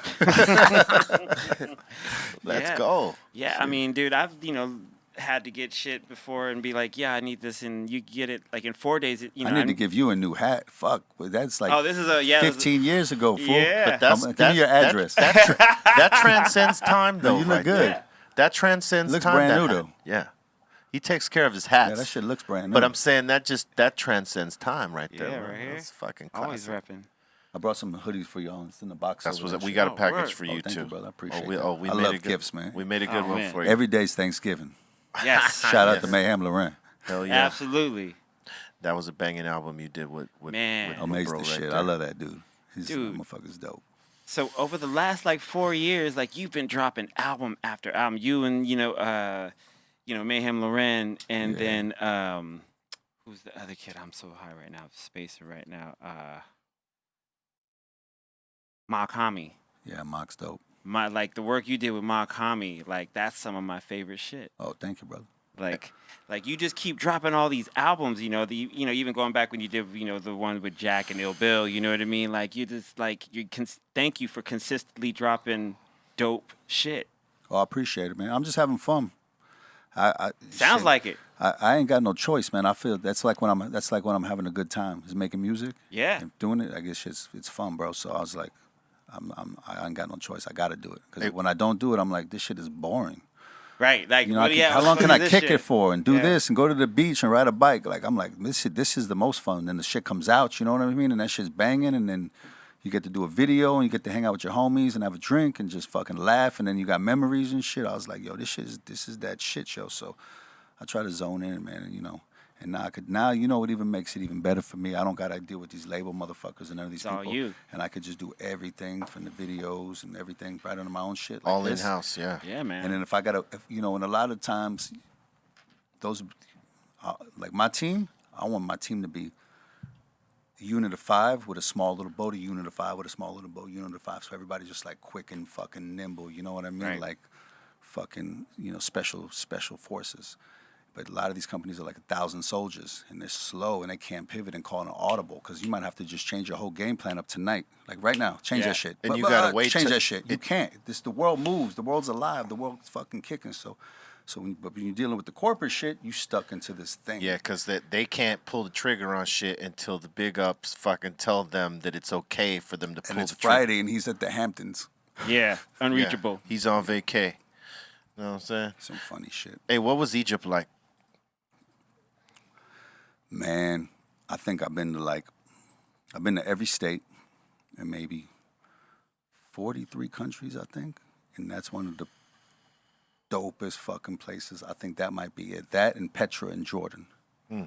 And, you know, Egypt's like, when you get to Cairo, you got the old part of town with like where they like the markets and everything that's been there for thousands of years, which is dope because you're just walking through these mazes with somebody at every fucking shop. You know what I mean? You're just walking. Then you have tea, and then it's people playing music. You know what I mean? And It's live. times you're just people. You know what I mean? And then so you got that. In Cairo, the other thing I liked is the synagogue and the mosque, Muhammad Ali and Salahuddin, and then you got the pyramids. Yeah, I in always Cairo. Man, I always wanted Pyramids. to see that. We went to the King's Chamber. Went up. That must have been a Of the pyramid? Ill as shit. Yeah, inside the big pyramid. in Damn, Giza. inside? Like, Yeah, inside the center. The shit is so perfectly engineered. When you're going up or down, you can't tell if you're going up or down. It's so you think they did it or aliens? I'm gonna tell you this. It's like a different kind of. I don't know. It's a different kind of granite. Like don't quote me, but inside it's different. And when you get inside the King's Chambers, it ain't no burials. Cause we went to Luxor, right? Another city, and Luxor is dope to me. Like there's mad shit, cause that's where the kings lived, and everybody lived, and that's where they were buried, in the Valley of the Kings and the Valley of the Queens. And when you go to the Egyptians where they were buried, the shit is like hieroglyphs on all the walls everywhere, and it's hidden hieroglyphs in color, mad shit, all the walls down. But you get inside the pyramid and there's no hieroglyphs. And the Egyptians in death and the afterlife, it wasn't no little thing. You know what I'm saying? So the pyramid wasn't no burial at all. What do you think it was? I don't know. Like, I mean, there's a lot of You different think things. it's an energy source? So I could think it could be an energy source. Like, if they had the internet already, and all the shit existed, it was there, and all the shit's coming from memory, because where are we thinking of the shit? Right. But imagine if the internet, we're in 10 more years from now, and then our computer's this big. Imagine, and then the internet disappeared. What would be, how would you find out about the past? Because it seemed like it didn't even exist, because they had some futuristic technologies, Yeah. right? Yeah, for sure. Yeah. That's the whole fucking question. Like, how did they get to that perfectly engineered pyramid? So then you're like, are we building everything we're doing now from memory again because we lost it all? Right. And the Damn. internet and everything's coming back from something we already did. I never because thought of doesn't everything come back Yeah. every 20 years? Everything Right. goes in Every cycles. 1,000 years? It's- Every 15,000 years? Every 20,000 years? Every 100? Cyclical, right? things Just are like It's a cycle. But you know, I got like 10 different kind of philosophies I enjoyed exploring, and that's just a fun one. hell yeah. Damn, that's crazy though. From Yeah, that- memory, that's a trip though. I never thought that's like some Matrix shit. I've always Because wanted it's to just visit. already in your DNA. It's there. Like what you about to do next is just it's a there. matter of what you Right. do. They need to tell my brain to give me better shit. Like, hey man, come on. Yes. Quit giving your brain I've been shit. trying to tell you. It's what you tell yourself. What you Those are plant. just those are sci-fi thoughts. What you plant in your subconscious, You gotta, man. you gotta be like, look, man, we all know what's already been out there. Where some shit is not, bro. Hey, You've look, It's all heard about this. the power of the subconscious. Yes, You think it's- like you don't use that other 90% of your brain?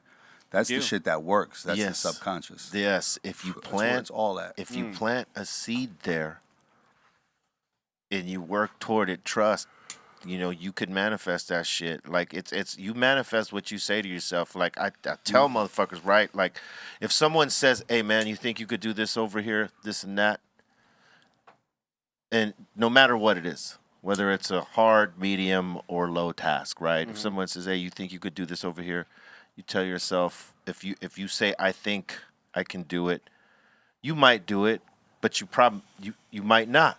Yeah. If you tell yourself you can't, you won't. If you tell yourself you can, Yes. you can and you will. That's right, motherfucker. Don't trip. It all depends on what you think. Yeah. Well, if you say to yourself, "I can do this," Right. like you can do it. It might be tough, it might be hard, but you can do it. Yeah, Know what just I'm be saying? like, don't be a little bitch and just do this shit, motherfucker. Yeah. Yeah. Hey man, nothing good is easy. Nope. So it Ain't takes that a little the work. motherfucking truth? So it's all about what you tell yourself, man. No matter what you're going through, the power of planting that seed into your subconscious is everything. Everything. It's true. You know what I mean? If you tell yourself, man, everything I do is fucked up, Yeah. Yeah, and that's and you're Self-sabotage. That's some despairing. depressing There's shit a right story there. about that. There's a dude named Austin Spears, right? He's a creator of sigil magic. Okay, so he was a Freudenite. So you know Sigmund Freud, right? Right. So he'll go into the subconscious, and he realized like, oh, she got molested, so now she's a stripper. So these are things where they came from, but it keeps building its cycle, and that's where it is. Austin Spears was like, but what happens if you could flip it? Because obviously that traumatic thing that happened, because usually things put into your subconscious through trauma. You know what I Right. mean? And just pain or like whatever it is that puts it in there, because it has to pass this wall that's a logic. And she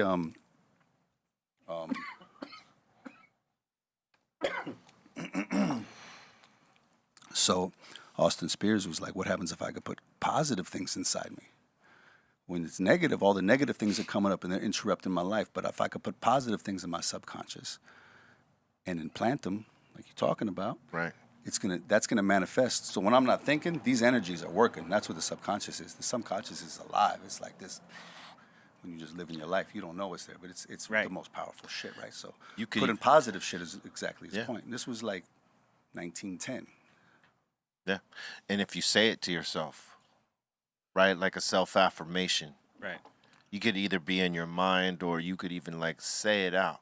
You know what I'm saying? It plants something in your subconscious, and you can realize that shit'll open up. If you're doing it physically, or if you're thinking of you doing it, your brain doesn't know the difference. So you can rehearse in your brain, right?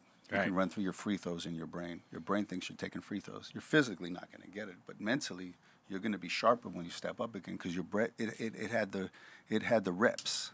Right. It starts. That's the 10,000 hours. It's part of the 10,000 hours, right? Yep. All the hours you put into the work, it becomes innate, like second nature. Mm-hmm. You know what I mean? Yeah. When you start a craft, whenever you learn something, it's over there at first, right? Right. Right? And then it's kind of here and you're figuring it out. But then it becomes you. And then you don't think no more. It's like Yes. a stage. You become the master. Where it's just like you become that thing that used to be there. Yeah, dude. What a trip. That's real shit. That's real shit. I mean, I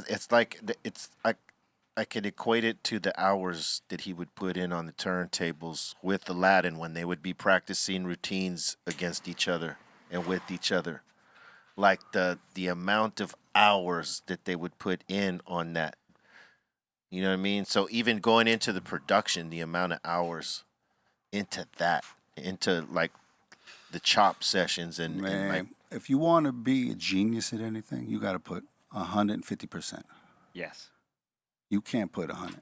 Nope. Like if you want to be on that shit, period. Yeah.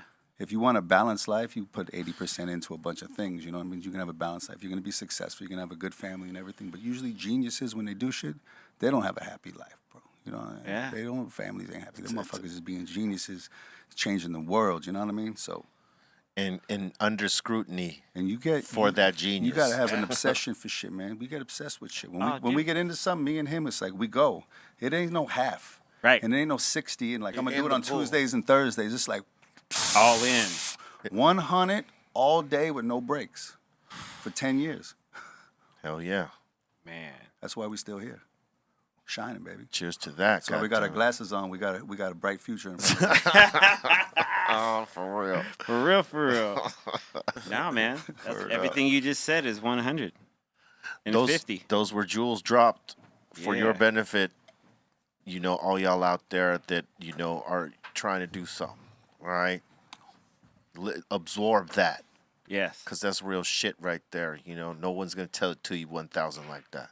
Dude, Yeah, stop bullshitting. Yeah, dude, that's one of the realest dudes ever in my entire career that that has always kept it 100 with me, and I've always been 100 with him from the very get. This is someone I like, man. The respect is endless. It's better than 60-60, right?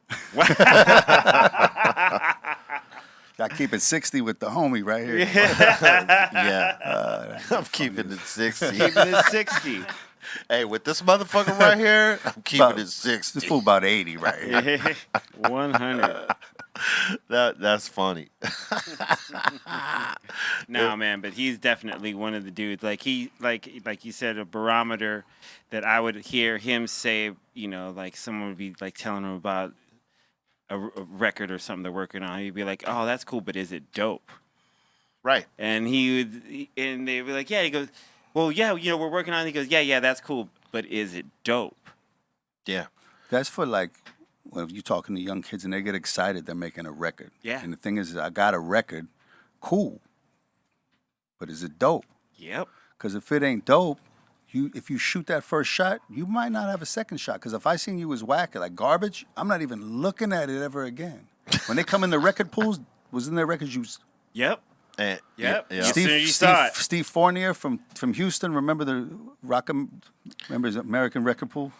And we used to be on tour, listening to some shit. Frisbees out Right the out the freeway, window. Mississippi, like Later. Signing the curbside record. that shit was fun. Gotta be Hey, hitting street signs. Hey, do you remember the time? I know you remember this, but before we had a tour bus, we were in 2 vans and we got pulled over in Texas. Hell yeah, me, you, Sendog, and Ivan. 2 vans. Me and Sen in one, and him and Ivan in the other. Yeah. And Sendog had a CEEEGar joint. I'll let you tell the story. He had a big old cigar joint. big ass fucking joint like Yeah, we this had one. a bunch of road. Like this was a cigar joint in '92. Each car, Yeah. each car had roaches in the ashtray. And We're going about 100. It's fucking Yeah. like Arkansas or Mississippi or wherever the fuck we was. and they pull us over. And, you know, they found the joints in the ashtray. So they pull everything out. They found the turntables. And like, what the hell is this? What the hell is this? They go, well, we're... I remember that fool right now. Yo, it was the worst shit ever. Oh, man. Keep going. we proceed to tell them that we're a hip-hop group and blah, blah, blah, right? And he makes us pull all the shit out the car. They search, make sure we don't got no more weed, no weapons. And at the time, we weren't carrying heaters. Right. There was a time we carried many heaters on the bus, but we didn't have a bus. We were in the cars, and we always were warned going through Texas is tough. But they caught us with the joints in there. But they made us, you know, they were cool enough. They let us go. They made us fucking throw the fucking joints out of the car. And, you know, give us a big warning and all that shit. Stay fucking sorry. Yeah. Apologize. No worries. He was like, what else you got in them bags? Sendog was like, nothing. He was like, you sure? Get Clovis out here. The dog. Oh, the dog, The dog, are you sure there ain't nothing in the bags? Sendog was like, Clovis. there ain't nothing in these bags. You could check them. He was like, you sure? You had a cigar joint. You sure there ain't no? And then he broke it in half and he gave it to his homie. He goes, oh, look at here. You got 2 cigar joints. Yeah. Cigar? And we got so lucky because that Texas is zero tolerance. Right. They take you to jail for even a fucking seed back We then. got lucky, bro. We got so lucky, man. They just let y'all go? They let us go. They didn't even write us up. They just made us throw the fucking joints out, stepped on them and all that shit. And they told us to slow down. Damn. You know, all that took like about, 45 minutes to happen. Because they were thoroughly looking through our bags to make sure that they didn't, Man. they wanted to find something that we didn't have. They thought y'all were transporting. But we got lucky because, protocol back then was to take you to jail for any amount, for anything. And, the 4 of us would have just been locked up for as long as... Cold as ice. Yeah, but we got lucky, Cold man. as God ice. was with us or something was with us that was, blessing us because, they were supposed to take us in and they didn't. We had a show, too. We had a show somewhere that we were driving to because we were following somebody's bus. Was it Naughty's bus? We were following somebody's bus. We was just smashing because Naughty had a bus and we had 2 vans. Yeah. We would have one hotel room And we would rotate, like we'd have 2 beds, right? So you and him would get the bed, and we'd sleep on the floor. And then the next day you'd go, and we'd just rotate. Like we get the beds, y'all get the beds. We get the beds, and because I think Mello and Sen, me, him, and Ivan, we was all in one room. That's right. Yeah, that shit was funny. Yeah, that shit was crazy. Because it happened like you always hear that it's going to happen. These dudes with the hats, their hats are different. You know what I'm saying? Hats are, yeah. And with the twang. Man. What the hell is this? CEEEGar. It sounds like This Tommy is a Lee big Jones. Yeah, but the shit he had, like, he had them teeth and he smiled real big and it was all brown and he just said, Get Duchess. He was just like on some fool shit. Like, Yeah. what was that movie down in the bayou? Remember? What he said, Deliverance? get It Clovis. was Deliverance in Texas on some weed, pull you over shit. He said, Did he talk like Tommy Lee You know, Jones and Men in Black? said, Dead ass. get Clovis over here. That was it. That was the whole shit about it. I was like, oh, hell no. Yeah. Here we Like go. we dodged a bullet right there. That is for sure. I mean, realistically, they could have pinned it on all of us or one of us. Like, we about to get lost for Yeah. about a month in the jail. You know what? I think Damn. you know what was the thing was I think Ivan, because he went to military school. He was like in a military academy or whatever. You know what I mean? That was his educational path. He spoke to them with that shit, and maybe because of that they went easy on us. But I don't know what to call it, man. Because realistically, they were supposed to take us in. They didn't. Yeah. We made the show. There's been a lot of those. We Man. made the show. We got some love out there, boy, because there's been a lot of them. They should have took us in shits. Yeah, several times.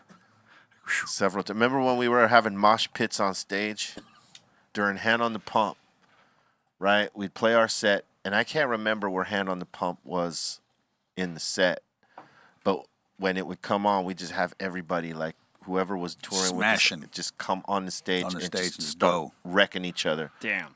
And in Colorado, we had like their football team come on, right? Yeah.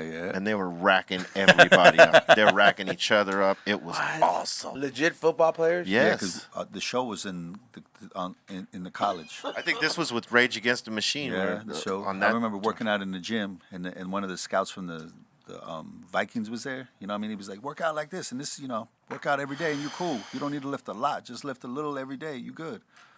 He was like, all right, Colorado, and that was at the school. That's where the show was. Because we used to do a lot of college shows. Yeah. In the early days, college Sure. was like the internet. Like, that's how you want to blow up, you did the college shit. Yeah. You know, Right. the college, The you college blow up in the circuit. college, then it pops to the next shit. You get number one on college radio, the bigger terrestrial radio stations look at you and go, what's this shit, right? They start Right.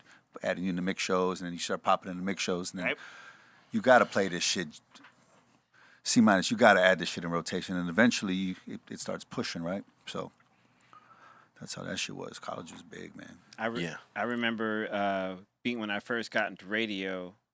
You guys were I found out about college radio and the scene that it was, and how you guys were like, your label was servicing clean albums on vinyl to college radio. Mike so they- Nardone and those yeah, guys. to everyone, so we could, so everyone could play it.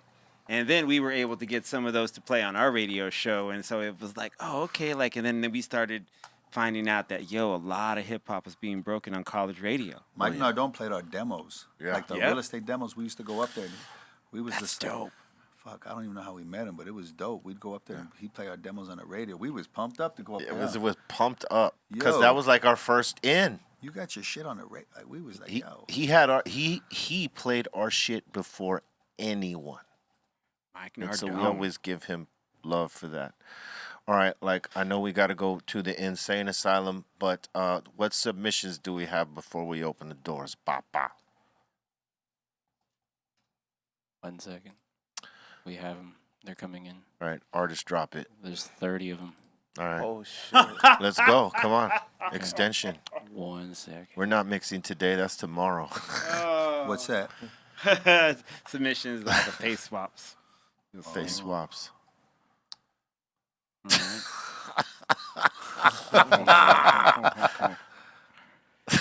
Hey, you're George Michael, dude. Is that George Michael? I don't know who the fuck that is, dog. Dude, I think it is. Or David Hasselhoff. Oh, my God. shit. Look at. Oh. Oh shit, Chuck Minus. Damn. Pretty good. Wow. Oh shit. That is Oh shit. outrageous. Kick the shit out of that Indian dude. Oh, Bad Santa. Bad Santa. Yup. Yeah. All right. It's me. Oh shit. Oh shit. If I ever had a do like that. I don't know. Oh shit. There you go. Elander. All right.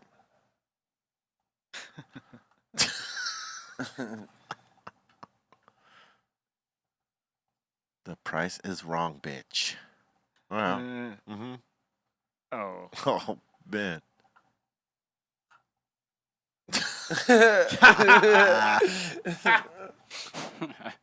Very good. Just Oh, don't shit. go on. It's You're Harry fucking funny, Potter. dude. You're Harry Potter. That's pretty good. All right. Oh, shit. Okay. What is that? Jingle All the Way? Yep. All right. Weird. Oh shit. Made me a little midget. Right. Okay. Mhm. Now Bueller. That makes so much sense right there, Doc. Bueller. You get a jack clown. All right. That seems to be it. All right. All right. All Nice. right. Yeah. All right. It is time. All right, let's do it. Skinny Pablo, what the fuck we doing here? What are we doing here? Oh, we're answering questions. Let's see. We got DJ Delizard. Wait, no. We got Dennis Dumont to start. He's saying, "Got data drip in the mail today. Cheers." Word up. Enjoy that shit. Oh, that drip. There you That go. drip, yep. Drink it up. Next, we got Sarah Durnfield saying, "Hey guys, much love always. I was so excited to see that Muggs is on today. I'll be at work. Hope this message goes through. Muggs, I love everything you do. Thanks, always keeping it raw and hardcore. Much respect." Word. Yeah, Word. word. We got Sarah Durnfield saying, one more thing. Muggs, is there a Soul Assassins 3 in the future?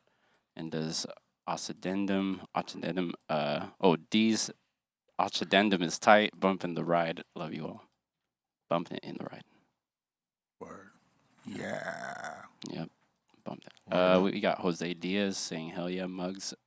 Big fan, homie. El Barrio was one of my boxing walkout songs for my fights.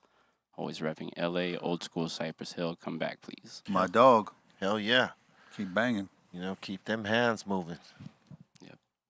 We got Mothership 78 saying A to the K. Homeboy. Word up. Mothership. Rosa Enrique saying, "Hey fam, Muggs, can you tell us your version of the SNL performance? Blessings to all." Oh, that shit was fun. We had a good time, man. Legalize it, baby. We sure did. Next, we got DJ Delizard saying, "Much love to the GOAT, the Aquarius King, my favorite producer in the universe. DJ Muggs, bless you, homie. Many of us out here were highly influenced by your sound while tripping around the music universe. Thanks for existing, and full support from Argentina. Huge love. Thanks for all the Appreciate bombs." that, homie. Much Yeah. love back to y'all, man. Thanks for all the love for all these years, man. You know what I mean? And repping that Cypress Hill. Yep. Yep. Yeah, we got Mothership 7 to the 8 saying insane. Yep. Yep. In the membrane. Jeffro up in the house from Chicago. He's saying salute to Muggs from Chicago. What up? Will Muggs ever do a Muggs versus tour with all the MCs he has done albums with? Nah, probably not. That would be a tough one. They don't. Yeah, that's expensive. You'd have to pick one and go with that one because, like, everybody got a crazy schedule. Yeah, everybody's making a lot of money, and then to go on a tour with 10 motherfuckers and split like $2, you're just better off doing what you're doing. So that's the reason why. Word. We got DJ Delizard. He's back. He's saying Soul Assassins for life. And That's right. it. Yeah, notice. Yes, sir. Yep, All yep. day. All day. We got Madcap 100 saying all love and respect to the Black Goat and the whole Soul My Assassins G. crew. Yep. Yeah. saying SA art is next level. Meow. Man, y'all lucky I don't got my sound effects with me. I won't talk shit, but yeah, make the sound effects. Just pop them off. I got you. All right. I got you. I'm right here. Let's go. Obnoxious. I'll be obnoxious right now. Let's go. All right. We got Philip Dahl. He's saying, Muggs, your sound is always pioneering. Can't wait. My Jeep. Can't say. Saying, can't wait for the new album. Whoop. Whoop. And what memories do you have working on Temple of Boom that stick out to you? Thank you. Man, I just remember me and B-Real just, at that time, we had a lot of money and we were just buying, it wasn't like eighths or ounces no more. We were just buying pounds of weed at a time. That was when it just kicked in official. We should have fucking invested in gold. 1994, it was like, you ready to get a pound? And they was about, like 5 G's back then for that shit. Yeah.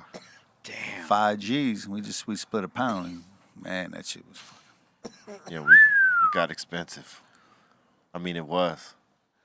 It ain't that expensive anymore, but it was back then, goddamn. It was, right? It wasn't shit to us, but like, it wasn't shit, but that shit, looking at it now, like, man, damn. Yep. Add it up. I don't even want to add it up.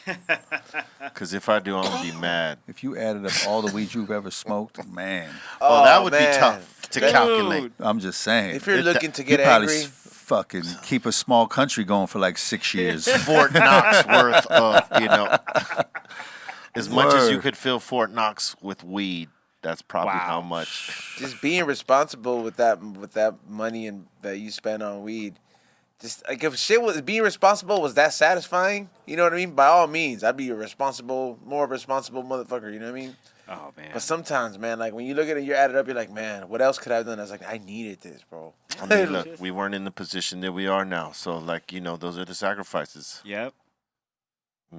We sometimes had to spend for good weed. When we did Sure. it was boof. Oof. And we don't do that no more, so. No. It's Alright. a headache shit. Yeah, no. All right, Pablo, next. Next, who we got? We have Evil Genius 113 saying, "What's up, guys?" What's up, homie? Yeah, and he's saying, "Muggs, your artistic vision is amazing and legendary. Thank you, homie. Respect and salute." Yeah. And he's saying, "Thanks for the years of dope music. Soul Assassins stay killing it." Yeah, we ain't stopping, man. We just getting warmed up. This ain't no motherfucking game. You know what I mean? It's an institution about this time. That's right. Financial institution. That is right. Extraordinary League of Gentlemen. I told them. Yeah, man. Word. We got DJ DeLizard, and he's back. He's saying, "Got some mimosa hostilis shredded root." He's saying, "Search on Google for No Man's Tech. That's the easiest way to get the top grade DMT." All right. That's a lot of work. Respect the magic molecule, no joke, but you'll love it, guys. It's a must. That shit's intense, bro. Bring it. What flavor you got? I get the Jesus sand. It smells very like floral. Jesus. Yeah, bro. What do you see? Dude, You that- see Jesus? Nah, it's just like the texture of it. It just looks like well, I mean, I've had it for a while, so it got like a darker color, but it's very beige and it smells like kind of like I don't know, like the Febreze, like but with the green little herb on there. You know what I mean? Imagine if you got there and Jesus was there and said, "What's up?" I'd be scared, dude, because I'd be like, Like, what the fuck did I do? yeah, that's the first Whoa. thing I would be. I'd be like, fuck, dude, I died. Like, I'd be like, yeah, like that's the one thing I think. Like, if I was on a trip and I saw Jesus, the first thing I think is like, fuck, I died. So you go, "What the fuck you doing over here?" And when, like, Supposed if to be here yet? and if he's doing like shit, like making breakfast or something like that, he's like, what the fuck, dude, you weren't supposed to show up here. Rough night, huh? Yeah, like. It's not my time yet. He's like, now he just starts. He's like fixing himself up. Now I'm gonna have to fix this shit. Ah. Yeah, that'd be pretty cool if he handled things like that. You know, he has magic and shit. Right. Pablo. Yeah, man. We got a Texas Mickey Molotov cocktail from Canada. He's saying, "Yo, we got my roommate Eggy, who hates weed, to smoke weed the other night." Eggy? Oh, yeah. Gotta go.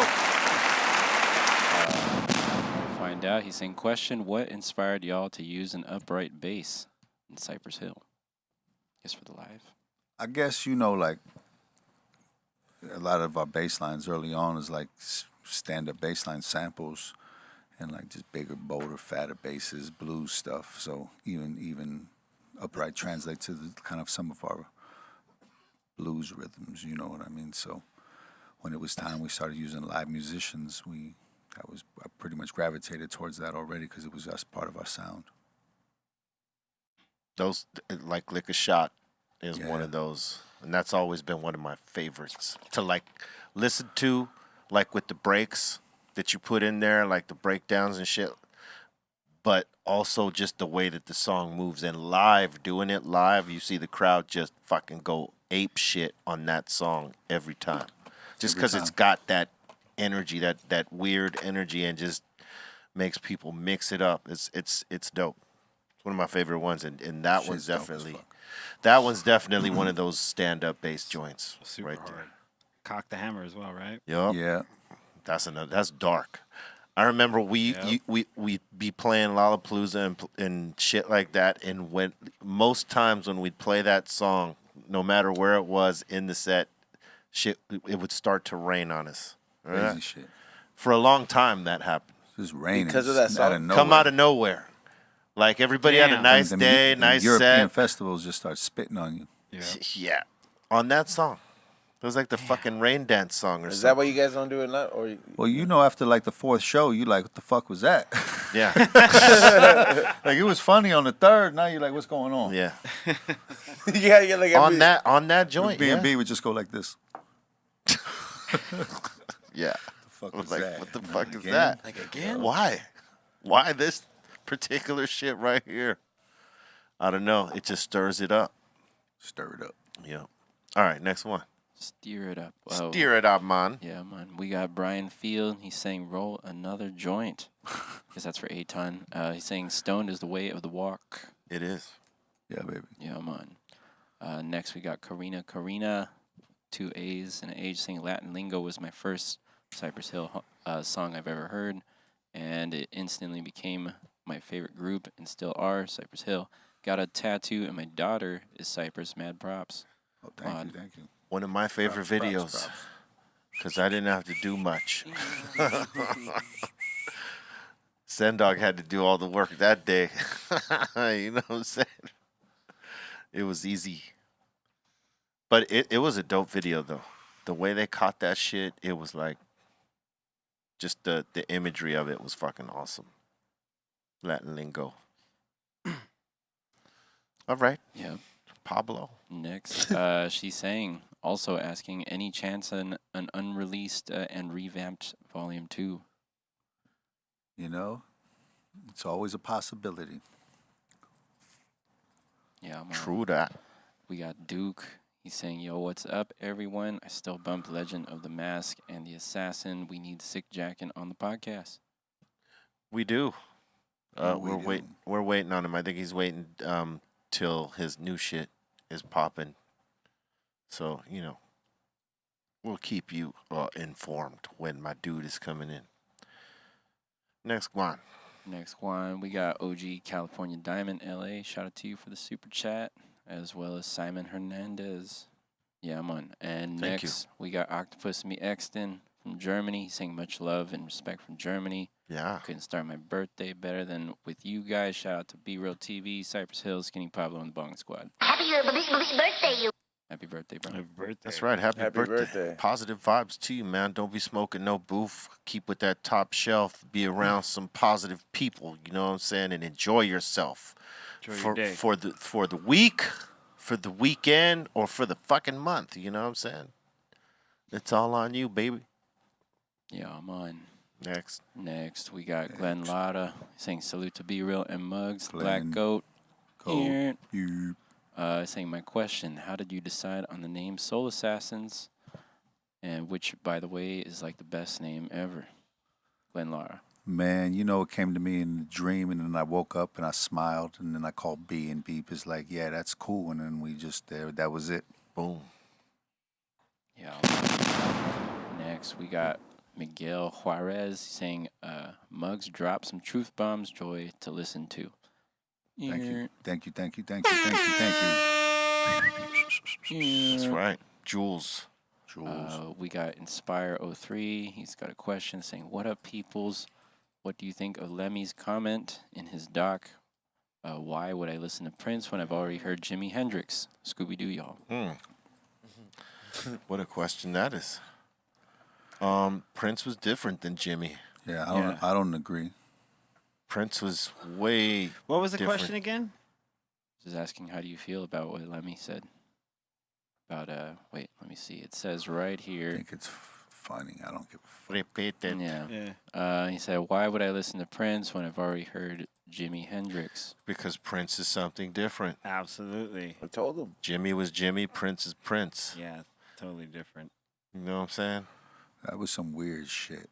Right? You know, some people like Had what a they bad like. Day. Had a bad day. Possibly. I mean, when you think about it like this, right? Prince opened for the Stones and got booed by the Stones' crowd Yep. in Twice. the beginning twice. And He might have been at the show. he might have been there. Yeah, he might have been there. He might have been there. And, you know, look what Prince became. He went from motherfuckers not understanding his get down to motherfuckers fully understanding and loving his get down. Right. You know, he had like a cult, you know, like what they call a cult following, right? Or cult fan base or whatever, you know what I'm saying? Not cultish in that way, but I'm saying he had like people that were like passionate about Prince. They followed him like Michael Jackson had fans. I you know what hope I'm to saying? fucking God, when motherfuckers want to learn to play guitar, they want to be like Jimi Hendrix and not like some donkey ass motherfucker over here. You know For what sure. I mean? Like, yeah, cool, good shit. Yeah. You like Jimmy's still living. Yeah, they both are, because I think they both still influence, you know, And motherfuckers in their lanes. The Yeah. motherfuckers get it from Prince and them, and Jimmy's just go all the way through all that. Yeah, he's in everything. Hey, there's this shit they released maybe like I'm gonna say 4 or 5 months ago on Jimmy's Monterey performance, and they tell the story of how it came, you know, how it came to be, like in him sacrificing his guitar and all that shit, like how that happened, right? And it was a beef between him and Pete Townsend on who would play last, you know, and the Who didn't want to play after Jimmy, and Jimmy didn't want to play after the Who, and They was both killing it though back then. the Who won. The Who was ill. The Who won, and Jimmy was like, "All right, if you're gonna make me play after y'all, I'm gonna pull out the stops." Had to. And he even makes like when you see the footage, like when they run back the footage and they have him backstage talking. Oh, He's on stage, and he in the middle of the show, he says, "I'm gonna do this right here to keep some people honest." And that was a shot to Pete Townsend, and that's when he just goes, you know, berserk and just kills the show, and then sacrifices the guitar at the end. Smashes it. Yeah, and it's like based off of his whole shit at the Monterey Pop Festival, right? Yeah. And they because they just put out a series of everybody's shit, everybody's story, their performance, and blah blah blah. But Jimmy's was the biggest one, obviously, because he had a crazy breakthrough performance there. Him and Otis Redding. Yeah. But this one was about Jimmy, and he pulled out the stops and fucked the whole show up at the end. Damn. Like he upstaged them. Yeah, Like- nobody ever seen things like that at that point Yeah. in the history of music. When you look back 20, 30 years, that was some other shit. Yeah. Like revolutionary shit they was doing at that time for those fucking 10 years right there. Yeah, both Jimmy and Prince were dynamic, man. You know, sure. you have to be able to listen to both. I mean, you could choose one or the other, but realistically, You know how rockheads are gonna be though. They're gonna be like, Morris Day, He's Rick James, Prince. It's right there. They're Yeah. gonna Right. put it there. They Right. can't help it. They can't help it, yeah. They really can't help it. that's what it was back then. Kind of was. But then when you're in it, you start seeing the fucking how microly it's fucking divided, and you're like, oh, it's way different than that other shit. Yeah. Yeah. Because Prince was some other shit. He Yeah. was. Rest in peace. 100%. R.I.P. Legendary. Legendary. All right, Pablo. Yo, Continue, bro. we got Will J. He's saying DJ Will J, the Jeter King. Oh Number shit. 2, Derek Jeter. Number Real 2, motherfucking J. SA all day. Fuck yeah. Back to Greenthumb. That's, What's up, what's up, what's up, what's up? that's the homie that smokes the fucking Jeters you were talking about. The Yeah. baby- yeah. Yeah. The Jeter King. That's fucking Will. All right, shout out to shout out to Will, see a buddy, and shout out to Eric Howard for the super sticker. He gave us a it's like a pair with a microphone dropping. Fucking pair. He gave us another one. Oh, I got that right on beat. Said, That was keep awesome. it up. Okay, He keep it said, up. Keep it up. All right, cool. We will. Jeffro saying, will we ever see a Muggs versus Be Real album? Come on, man.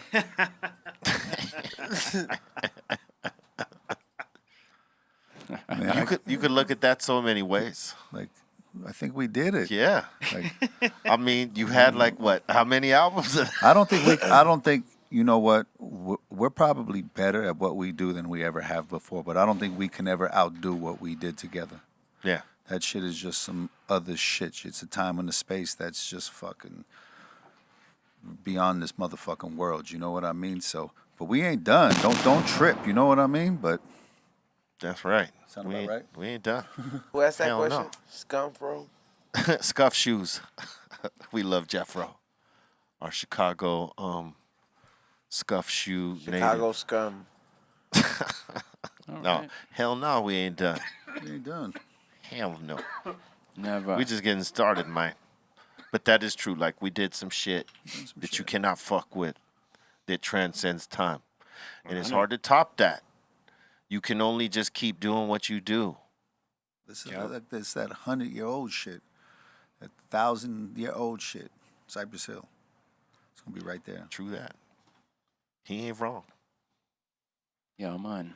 Let's go. We got GDP Smoke. Mhm.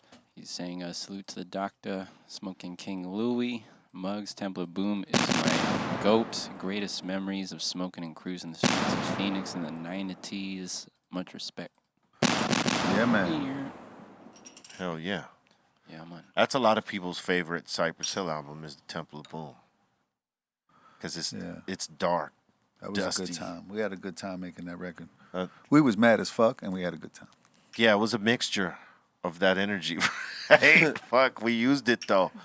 Because You got to think, you was like a 20-year-old millionaire right here, all of a sudden. You know what I mean? I was like, 21, 22. And then, like, you're a millionaire and you're famous. Go. Yeah, hey, we got to have this album But done by go. this time. And you're touring 8 months a year and just go. And get this out. You know what I mean? You didn't know yet, like, what your parameters were to be like, no, we don't want to work on this record right now. We just kept going. Yeah, we just worked. You know what I mean? I mean, fuck, with Black Sunday, they pulled us off a tour to go work on Black Sunday because the first album started to get run. They wanted it out by Christmas. They were Money. like, we need to get you out working on the next album like right now because the first album is starting to go and we need you got momentum. I can't remember what tour we Well, were I think on. we did 8 songs. Yeah, I think A to the K already came out. right. Right, white, the And white man can't Hand on the Pump came out. Hand on the already. Glock, yeah. Hand on the Glock. Hand- So that's like we did 8 songs. That's how fast we did the record. Like the shit was just like, and then for me, like I was used to just making beats. If I made a banger a month back in the days, a banger a month. If I had 12 monsters in a year, I was legendary, right? So I was like that. It wasn't the work pace wasn't like that yet. It wasn't volume yet. Not yet. No, it was just like get that shit right. And Quality. dial it in and put your time into it and just laser. You know what I mean? Right. Until you get it. And now it's just like the motherfuckers Now spitting. Yeah, now it's a lot of volume. A lot of demos. Put out a lot of shit. What something will catch. Let me throw shit on the wall, see what sticks. But back then, you couldn't afford to do that. All that shit cost money. Right. She costs bread. Yeah. Bread. A lot of money in comparison to what it costs now to make things, to make music. The easiest shit in the world right now. Yeah, you just Technology Put it up made yourself, it. Sell it yourself, and they're right there. And then there's Yep. the people are right there. You don't got to go to the people and go to the place and ask them to please come meet you over there. You got to they're right there. Yep. Hey. Yep. All right. Damn. All your right. money. Pablo. Next, we got Michael Schwartz. He's saying, hey, guys. Awesome show this afternoon. Alien Fresh Jerky is delicious. The Irish Spring candles smell amazing. And scored Middle Shelf Mystery Box. Saying Audio X Lifer Thrash 123. Yeah, party 1, 2, 3. Hey, Muggs, do you remember that guy? I asked Bobo, but he didn't remember. But Shag used to live in those apartments. Remember that when we'd go Paramount? Yeah. Yeah. And there was that one alcoholic homie. What was his name? I can't remember, but we'd be like, "Hey, I see the building right now, and I like- see some silhouettes. And we'd be like, You know what I mean? I'm tapped in, baby. "Hey, what you doing right now? Party 1, 2, 3." I don't remember. Yeah, he. Party 1, 2, 3. Yeah, this fucking guy, bro. Yo, Yeah. the back in the days, people like the little caricatures that were humans, but they were just the caricatures. Like there was some fucking ones back. Yeah, there was back some- in the late '80s. Yeah. Especially the motherfuckers that would always talk shit. They were the biggest characters. Yeah. I mean, the I told you so. The I told you so's were enormous. We didn't even tell them nothing. Fucking Joe, I told you so. Joe, I told you so. Told him. We didn't even fucking tell him anything. We just didn't even acknowledge it. Keep it pushing. It ain't even worth, telling them, look, see, I told you you were, fuck you. It's the You know what I'm story of our lives, bro. We're gonna, no matter how far we get, every time we get a new plateau in our lives, we're the underdog again, and then we're the winner. You know what I mean? And you can always have the first laugh, but always get the last laugh. Always underdog. For real. And we always get in the next. We right here. Yep. Pablo. Yeah, I'm on. We got Third Eye Boogie VM. He's saying, don't try to manifest from a state of wanting and needing, or you will only want and need. Right. Be more present. Imagine you already have that thing. Exactly. This is better. Exactly. Think in abundance. Yeah, I'm on. You know what I'm saying? Don't be needy. You already got it. I got it. You just got to go get it. I told Go him. get it. Yeah. Well, we got OG Logic Smoking Insane OG saying was watching Last Action Hero. The soundtrack is fire. Any cool stories on working on the soundtrack or the Juice soundtrack, Cypress Hill, or Hip Hop Gods? Thank you. That's what he's saying. What was the song on that soundtrack? Last Action Hero? Wasn't it Cock the Hammer? Or was it another song? I feel like it's Cock the Hammer. I don't remember though. He said on Juice. No, Juice- it was Juice is Last Killer Action- Man. Hammer. Juice is shoot 'em up. Yeah, shoot. Cock the but Hammer. the other one, shoot 'em up, and then the other one I was talking about. Oh, yeah, Oh, yeah. yeah. Juice is Shoot 'em Up and Juice is Kill 'em Shoot 'em Man. When did we do Shoot 'em Up in New York at Chung King? Or no, that I was think A to the K. Shoot 'em Up. I don't remember where we I did don't that remember. record, bro. That's a good question. I don't remember where we did that one. Yeah, we was traveling so much. We was just in cities back then. But it was probably New York, I think, or L.A. It was awesome doing those sessions in New York because I mean you're right there in the mecca doing hip hop. That energy. And like at For me, that's what I looked at it like. Man, I'm right here. Yeah, and then like the house engineers would be like Chris Shaw and the other dude that was like Public Enemy's engineers. Like Yep. they was the in-house dude. So when we did A to the K, it was Chris Shaw. No way. And the beat was cool, but the way he EQ'd it, I was like, how did you do that? You know what I mean? I was like, you made that shit ill. But that's what a good engineer's supposed to do, bro. He's supposed to that's their shit. They know that shit. Yeah, man. Put that funk on it. Man, he put that shit on that joint right there. Chris Shaw, man. That's Yeah. a legend. The right guys will bring your shit to life. Yeah, the A to the K beat, B-Real did a song called The Funk Dubious. The original A to the K beat, right? Right. He did a song called The Funk Dubious, which eventually, but we never put it out. I don't even got a copy. Which eventually, that song, the name became The Funk Dubious, the group. Yeah. Okay. And that beat now is A to the K. But there's No another shit. song that was made somewhere in between. Yeah. Oh shit.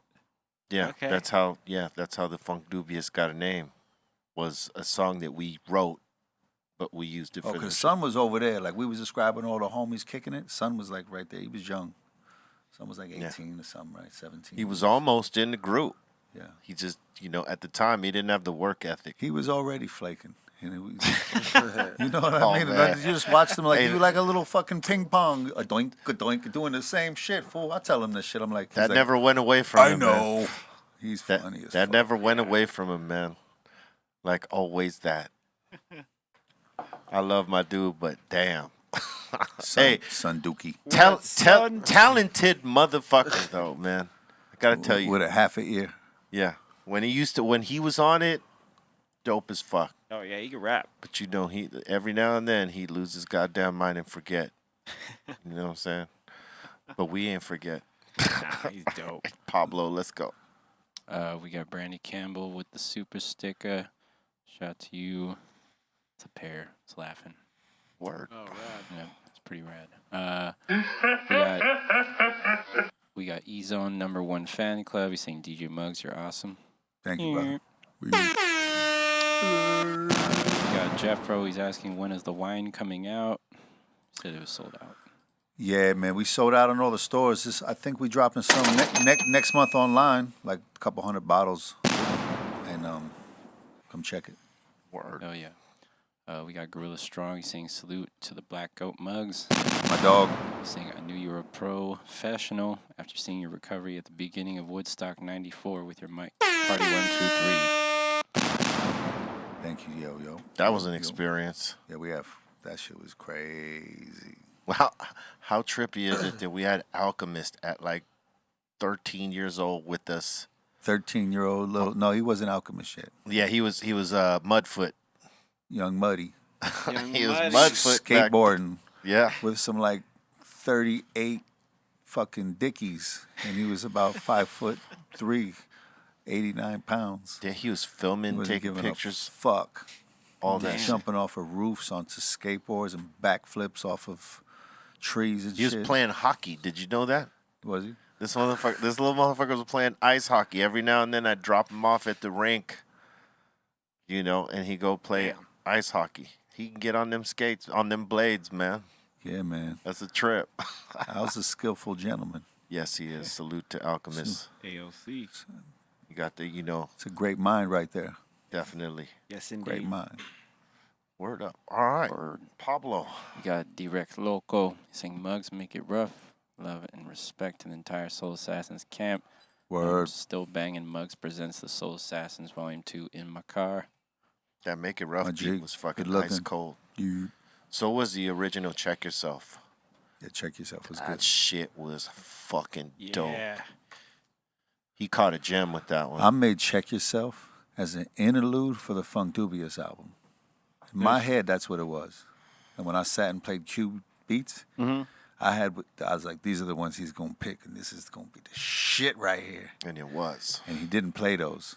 None of the motherfuckers I liked. He went right through them, and I was like, and he picked fucking Check Yourself. And I was like, man, that's an interlude. That shit ain't even dope. And I was like, he's like, I want that shit. And then when it became, I was like, oh, god damn. You know what I'm saying? He made it crack. Yep. I was like, damn, I didn't even see that one coming. Sometimes it comes out of nowhere. Like you see a whole different vision. Yeah, man. But like sometimes, you know, you feel something when you That hear was a something. good lesson. You know, you work with certain people because, you know, I got a grip on my shit. But then you work with people and you let go.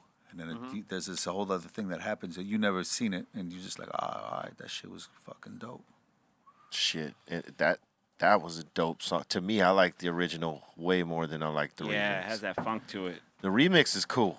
It's good. Yeah, But the Pooh, yeah. original is that shit.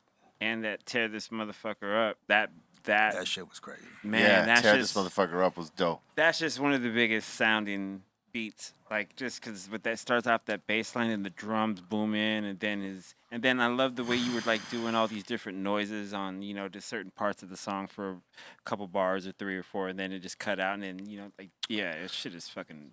Yeah, the production that of That shit right there was fucking nuts, man. the production on that song was ice cold. Man. And Cube came in with all the samples, all those samples, like, you know, like the Stacy Coons and all the little samples at the intro and stuff. He came in with the videotapes and he was like, grab all this shit. And I was like, oh, okay, damn. You came in with some samples. Fuck. That's cool. I was like, damn. He knew what he wanted. You know what I mean? Came in prepped. That's dope. Word up. And he told me too. I can't even talk about the sample right now, but he told me to use a sample on that record. But I'm not gonna talk about the sample. You know how these motherfuckers be these days. Oh yeah. They're tripping, bro. They're like, Man. Yeah. It's like vultures out there, man. It's even worse than when people used to put the name on the back of the sample records. Remember, as used by. Yeah. No vultures, Papa. That's boof. Yeah. All right, next one, Pablo. We got T to the Lee saying, since an opera singer helped B master his live performance voice, can B real sing opera? No. Maybe. I don't know. I never tried. Wow. That's a challenge like a motherfucker. But yes, I learned how to, I'll tell you this. In our first few years, yeah, I knew the lyrics and I knew the pockets, but the energy I could not harness. So I was screaming my lyrics to match our body, energy, right? And I would be hoarse, my voice would be fucked up, and we're drinking fucking Jack and smoking blunts, all in between this, doing mushrooms and all the other shit, right? So my voice would be hoarse in the middle of the tour, and my voice didn't sound shit like it did on the records. And this would be happening on a lot of tours, right? So, I said, how could I fix this? And someone referred me to this opera singer, right? And she taught me how to come from a different place, how to find the breath pockets, because singing is obviously different than rapping. Rapping has so many more words and syllable breakdowns and, per verse. Yeah. And depending on the tempo, right? Some songs are faster, some songs are slow, and it's learning where to breathe there, but actually controlling the tone of your voice and all that shit, right? And breathing and harnessing that control with all part of the shit. Like, your body can match. You just have to practice this method, right? How to sustain. Because that's what opera singers do, is they sustain. It's like a fucking muscle on the, they tighten up their stomach and they circular breathe this way, and it's less on your fucking vocal cords than it is when, you're not using that fucking muscle. It's Wow. I had to learn that. And once I learned that, that's when our shows got better in terms of my part, because, I could sound more like the record than sounding awful. You know what I'm saying? I look back at some of the footage and I'm like, oh my God, man, I wish I had more control back then, because the energy was dope. It's just the sound of what I was doing was not like it was on the record. And other people might say it was dope, but for me, I listened to it, I'm like, okay. Yeah. It took some time, though. It took the hours, the effort to put in there, like anything else.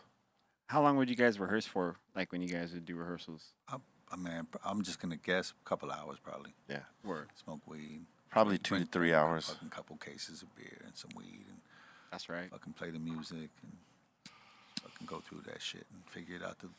Figuring out the breaks and everything, you know what I mean? And we had a lot of syncopated shit early on. Like, when we had the pigs routine and certain things, and we came out doing certain things, we had not dance routines, but just some bop shit. We had these things that just, you know what I mean? Just like showmanship shit, you know what I mean? Like the theater. Yeah, and parts shit, of a show. Theater shit.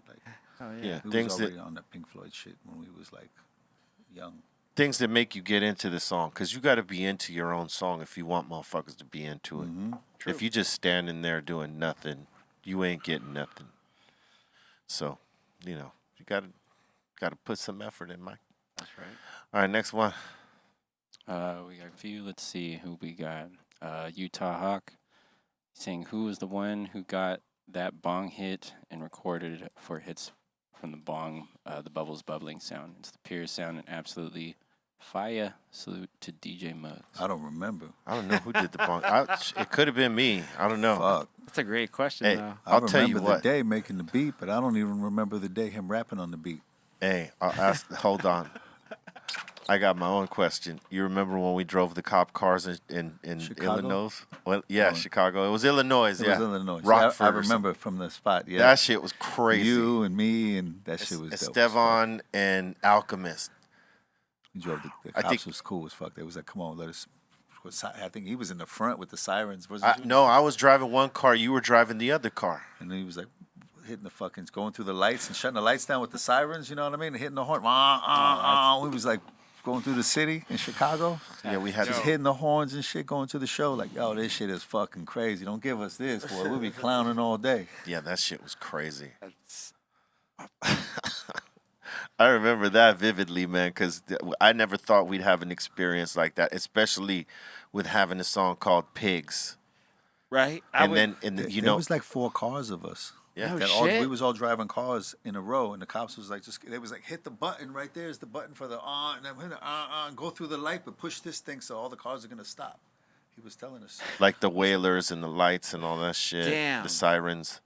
I think seeing either of you behind the wheel of a cop car walking down the street. We pulled up. We pulled up backstage to the gig we were going to because it all started. That's sick. We had went to the movies that were down the street, and they caught us coming back from the movies. We thought somebody maybe had ratted us out that we were smoking in the theater because there was nobody but us in there. And it turned out that, the chief down there, his grandson was a fan. Oh, that's dope. So he wanted to impress his grandson and, get like an introduction and pictures and all this shit. And in that, they offered to give us a police fucking escort to the gig. Yeah. Like escort our bus. And when it came down to it in the morning, they were like, we'll do you one better. How about you pick 2 of you to drive 2 of the units? And me and Muggs said, fuck it, we're going to do it. That's right. And Estevan jumped in the back of my car, and I think Alchemist jumped in the back of your car. Yeah. That shit was fire. That shit was crazy. And we rolled through I like Rockford. Chicago, man. We always had a good time in Chicago. The bomb-ass steakhouses, fire-ass food, you know what I mean? Yep. Yeah, that was crazy. Cool-ass people. The shows are crazy. Crazy. Yeah, the shows are always great I down there. remember we played the Aragon Ballroom with the Cover Girls when we Yep. first came out, and I Yep. think we opened, but we were, you know what I mean? That was The the cover show. girls. Yep. The Cover Girls, and it was gangster as fuck. They though, were with the throwing Aragon ice Ballroom. at the cover girls, man. It We was came on, cold-blooded. and that shit was like fucking crazy. It was a mismatch. First album type, the first album Yeah. energy where the world just fucking did a backflip. You just flipped the world on its fucking ass. Yeah, Chicago was And that shit crazy. was fucking It was gangster as awesome. fuck. Whoa. We're still connected to Chicago like a motherfucker down there. I mean, it's all love. So, Yeah, that's the illest shit. yep. Chicago's the Chi shit. Town. All right. Pablo, how many more we got there? I don't know. Oh my God. I could just keep scrolling up. Yo, I'm good. I'll stay here till 10 o'clock tonight. Let's go. We got weed and some drinks. We'll order some food. What y'all doing? You need another joint, Mugs. Here, hold Shit'll up. be fun. Here, pass this down, Papa. We have a few. Let's see. We got Anthony Garcia. He's asking about infused flowers at Greenthumb's LA. What is it? There's many brands on infused flower to choose from. You just got to go down there and check the menu. I don't know them off the top of my head, but yes, go down there and see. Depending on where you're at in Cali, you know what I'm saying. We got them up in Sacramento, San Francisco, Humboldt County, Los Angeles, Sylmar, Cathedral City. You know what I mean? Go check the menu, pa. But yeah, there's a few infused choices down there in terms of pre-roll. All right, next one. Next, we got Tito the Fool. As always, he's asking, did DJ Muggs ever hurt Be Real feelings about Booth lyrics? No, we probably had a few creative differences here and there, which is natural, and you know what I mean. It takes a lot of pressure to make a diamond, you know what I mean. So True that. when you understand the outcome and you have a long-term goal, you know what I mean. You got to go through the process to get the rewards, man. This ain't all like some coddling fucking this weird ass shit they doing now, you know what I mean. This shit was tough love, yo. True that. But look at it, baby. Yep, that's real That's right. shit. I always took it like, okay, how do I make it better? We never do shit like, man, fuck this dude. Like, it's like, no, we working on this shit. He didn't you know like what I my mean? verse. I don't know the process sometimes, whatever. The shit is just, Yeah. shit, everything. What he's doing is pure emotion, and what I'm expressing is pure emotion. So that shit can get like this at times, you know what I mean? But the basic intent from our hearts and everything was always pure and from a centered place. But you know what I mean? But you get in the lab, yeah. What the fuck you doing? Yep. Man, fuck you. Nah, man. It's all a part of the teamwork, man. That's right. You got to trust in everybody's role. And sometimes you might, obviously argue like and say, you know what, I think you're wrong on this or that or the other, but it all works itself out. Figure it out. In that, the that end. shit is good to have that shit. You Yeah. know what I mean? Yeah. Like the shit makes the shit. That's the shit that makes the shit good. Yeah, like I remember with Stoned is the Way of the Walk, I think that it was for a chick in the beginning, right? So it was one of those first joints. I think it was Stoned is the Way. And I was like, hell no, give that to me. and Yeah. and it became a song for us. But it was one of those things. Like he didn't necessarily maybe hear me on that one. And it's very like give and take like that. Right. You know what I'm saying? Sometimes he would, trust where I was going with it, and I would trust where he was, directing me to. So, and I think that's a part of the chemistry on how it works. You know what I mean? It's give and take. All right. Next right. one, Pablo. We got Simon Hernandez saying, "What's up, B Real, E Zone, and C minus." What up? When are you bringing on Fluffy onto your platform? Wait, you said, when are you bringing Fluffy Gabriel onto your platform this summer? Thanks, Muggs, for the cool past. Simon Hernandez. Simon, you. Yeah. Simon. Simon. Simon. Whenever he has time, You. so we'd love to have him on the platforms. Young Simon, baby. Big up Simon Simon. says. For real. We got Emmett Fitzpatrick. Shout out to you from the EU for the super chat. Yeah, man. We got Just Jay. He's saying we need to see Jaron Wilson from the 9 Club on the show for the culture via. I hear you. Strategic We make happen. we Strategic make happen. Records. Oh. Boop. Strategic Records is saying, yo, since the legend Muggs is in the building, That's what right. did everyone make their first beat on? SP 1200. SP 12. SP 1200. Yep. And they was whack for a long ass time. Yeah. Like, you know what I mean? They got the job done, but goddamn, Yep. you had to work magic with that fucking thing. 10 seconds, right? Just watching all 10 the shit seconds. he had to do with that. 10-second sample time. Yeah. Period. The MPC was the fucking lick when that came through, I think. Did you like working on that? I like that. I wish the SP 1200 had all that sampling time that had. I just like the functionality for the way my brain worked. Yeah. In a workflow. Yep. When the MP came out, I was like, I don't know. All the R&B dudes are using this shit. And R&B was different then. You'd see the Right. R&B clubs and everybody was dressed like Morris Day, and we couldn't get in them spots. So we Yeah. went to the underground shit. So it was like two other worlds back then. And you'd be like, man, fuck this R&B bullshit. You know what I mean? And they use that shit. So everything sounded kind of clean. Right. And it had, Glossy. like, cut. Yeah, all the fucking kicks had its little space at 100, and this snare had a spot. But I like my dirty ass shit. Yeah, man. Yeah, it was a battle back then. It was like rock and roll and disco. It was us Yep. and R&B. That's true.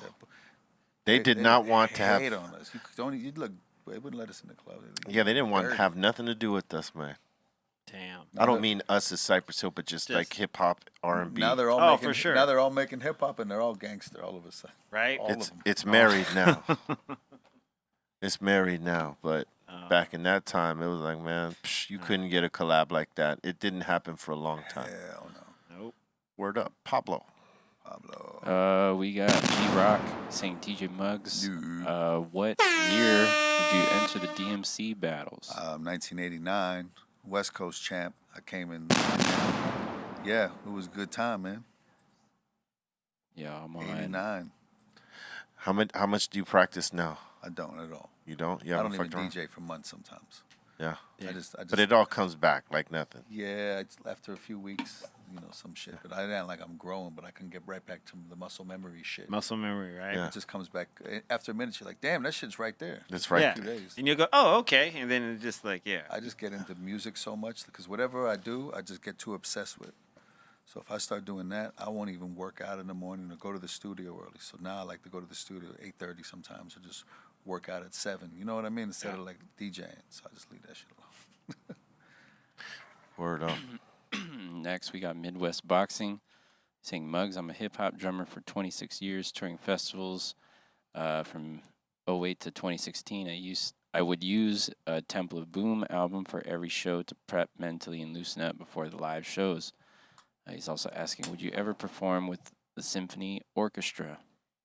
Absolutely. I think like a symphony orchestra is in line for Cypress Hill and to do something to celebrate, you know, like our musical career. And I think for us to work with a symphony hand in hand and bring like a greatest hits kind of like event together just to celebrate, you know, 30 years of history of Cypress Hill, and, you know, we'll maybe work with like the USC Orchestra or something of that nature. And, you know, we'll do it at the fucking Disney Symphony Space downtown LA. I think that's something we should look into, Mr. B Real. I think you're right. That sounds fresh. Yep, that sounds way fucking fresh. Dude, especially at the Disney Hall where the acoustics are like the best, like, you know, man. Like you I would fuck with that. Playing like Rock Like Superstar and fucking I Can Kill a Man with the Symphony. If I was a fan, And then he could rap the spots right there, just fucking killing it. You can kill it live. Oh, it's over, baby. if I was a fan, which I am, Yes, sir. I would go see that band. Me too. All right, next one. Next one, we got Eric Hayden saying Be Real, C-. You guys murdered the mix show. Thank you. Had me turn. Thank you. Yeah. Word.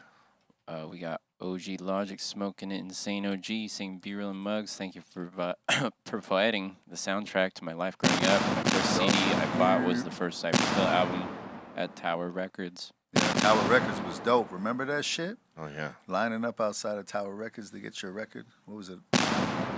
Was records on Tuesdays or Fridays back? Tuesdays. Tuesdays, huh? So you Tuesdays. line up for midnight. The midnight shit. And people Yeah. be out there. Like all 2 days already.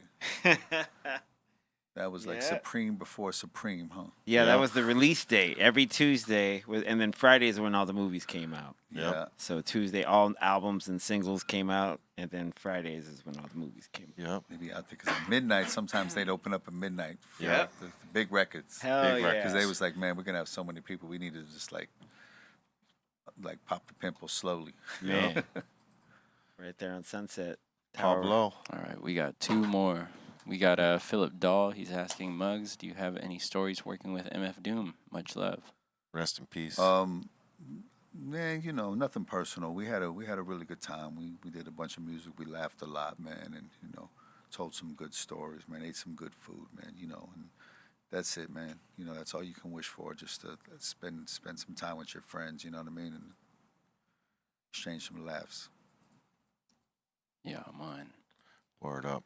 We got Michael Ochoa, last but not least. Thank you for the super chat. That seems to be it. Thank you very much for that. A G. And thank you to all the 5150s in the Insane Asylum for you know, your participation in today's therapy session right here. You know what I'm saying? E-Zone shout outs. Make sure you guys check out flavorsbyezone.com or highhungry.shop. There's 4 new items going on the website today. Also, tune in tomorrow for the We Don't Smoke the Same podcast. That is from 7 to 9. I'm pretty sure we will have Craft Beer Kings in the house, so make sure you guys tune in if you're interested in the craft beer industry. And also, make sure you guys check me out at E-Zone Firm. Word up. DJ Muggs. My G. Thank you, fellas. Nothing but love, my G's. Much love. Be real. C-, my G. Big bro. Yep. Yeah, I'm on. Skinny Pobs. SkinnyPablo.com. Get the new beats, white label vinyl over there, and roster.com. You can get the new gear, as well as go to makebeats24724/7.com. You can catch me making beats 24/7 and smoking the bong, exercise, and all that good shit. So do that. Check the Discord, Mosaic Music on YouTube and Twitch. And DJ C-, what's up? What up, everyone? Check out djc-.com. Get these hoodies and shirts and mixes. You can check me out on Twitch every morning at 9:30 at C-Fan4. I'll be doing another kitchen sink mix tomorrow. And then also tomorrow I'll be doing the mix show with B here on exclusively on Twitch, right? Word. Be Real TV. And yeah, thank you everyone for hanging out, watching the podcast. Appreciate it. Follow me, C-Fan4, all the other social medias like IG and Twitter. Word up. Make sure you check out those Dr. Greenthumb shops. Check we 'em got out. those insane flavors always. We got them right here on the table. Insane Mac 11, Honeymoon, Christmas Lights, Insane OG Ice Cream Cake. Check them G-Pen collaborations. Dash, Connect, Rome, Stunden, Glass. And check those napalm flower bombs. They are flavorful. And if you want to check that Dr. Greenthumb or that Be Real snack box right there in the middle, that's at rebelretailers.com. We thank you for fucking with us. We thank you for your energy, love, and support. Y'all are always the reason we do this. And we want to give you that energy back. Stay with positivity because, you know, that's the key. Tell yourself better things in life are ahead, you know. Tell yourself you could do it. As opposed to, I don't know if I can, all right? Get yourself together and stay with love, because love is the key, man. You know, treat everybody right, treat yourself right, and stay smoking that good. No boof. That's not in the diet. We'll see you in the mix tomorrow, and make sure you follow us on Twitch. That's B_RealTV. If you got that Amazon Prime account, you can get that on the subscription monthly for free, all right? So fuck with us. We're going to be rocking something. I don't know what it is, but you'll love it or not. Anyway, keep blazing. We'll see you tomorrow. Peace. This guy is a residency.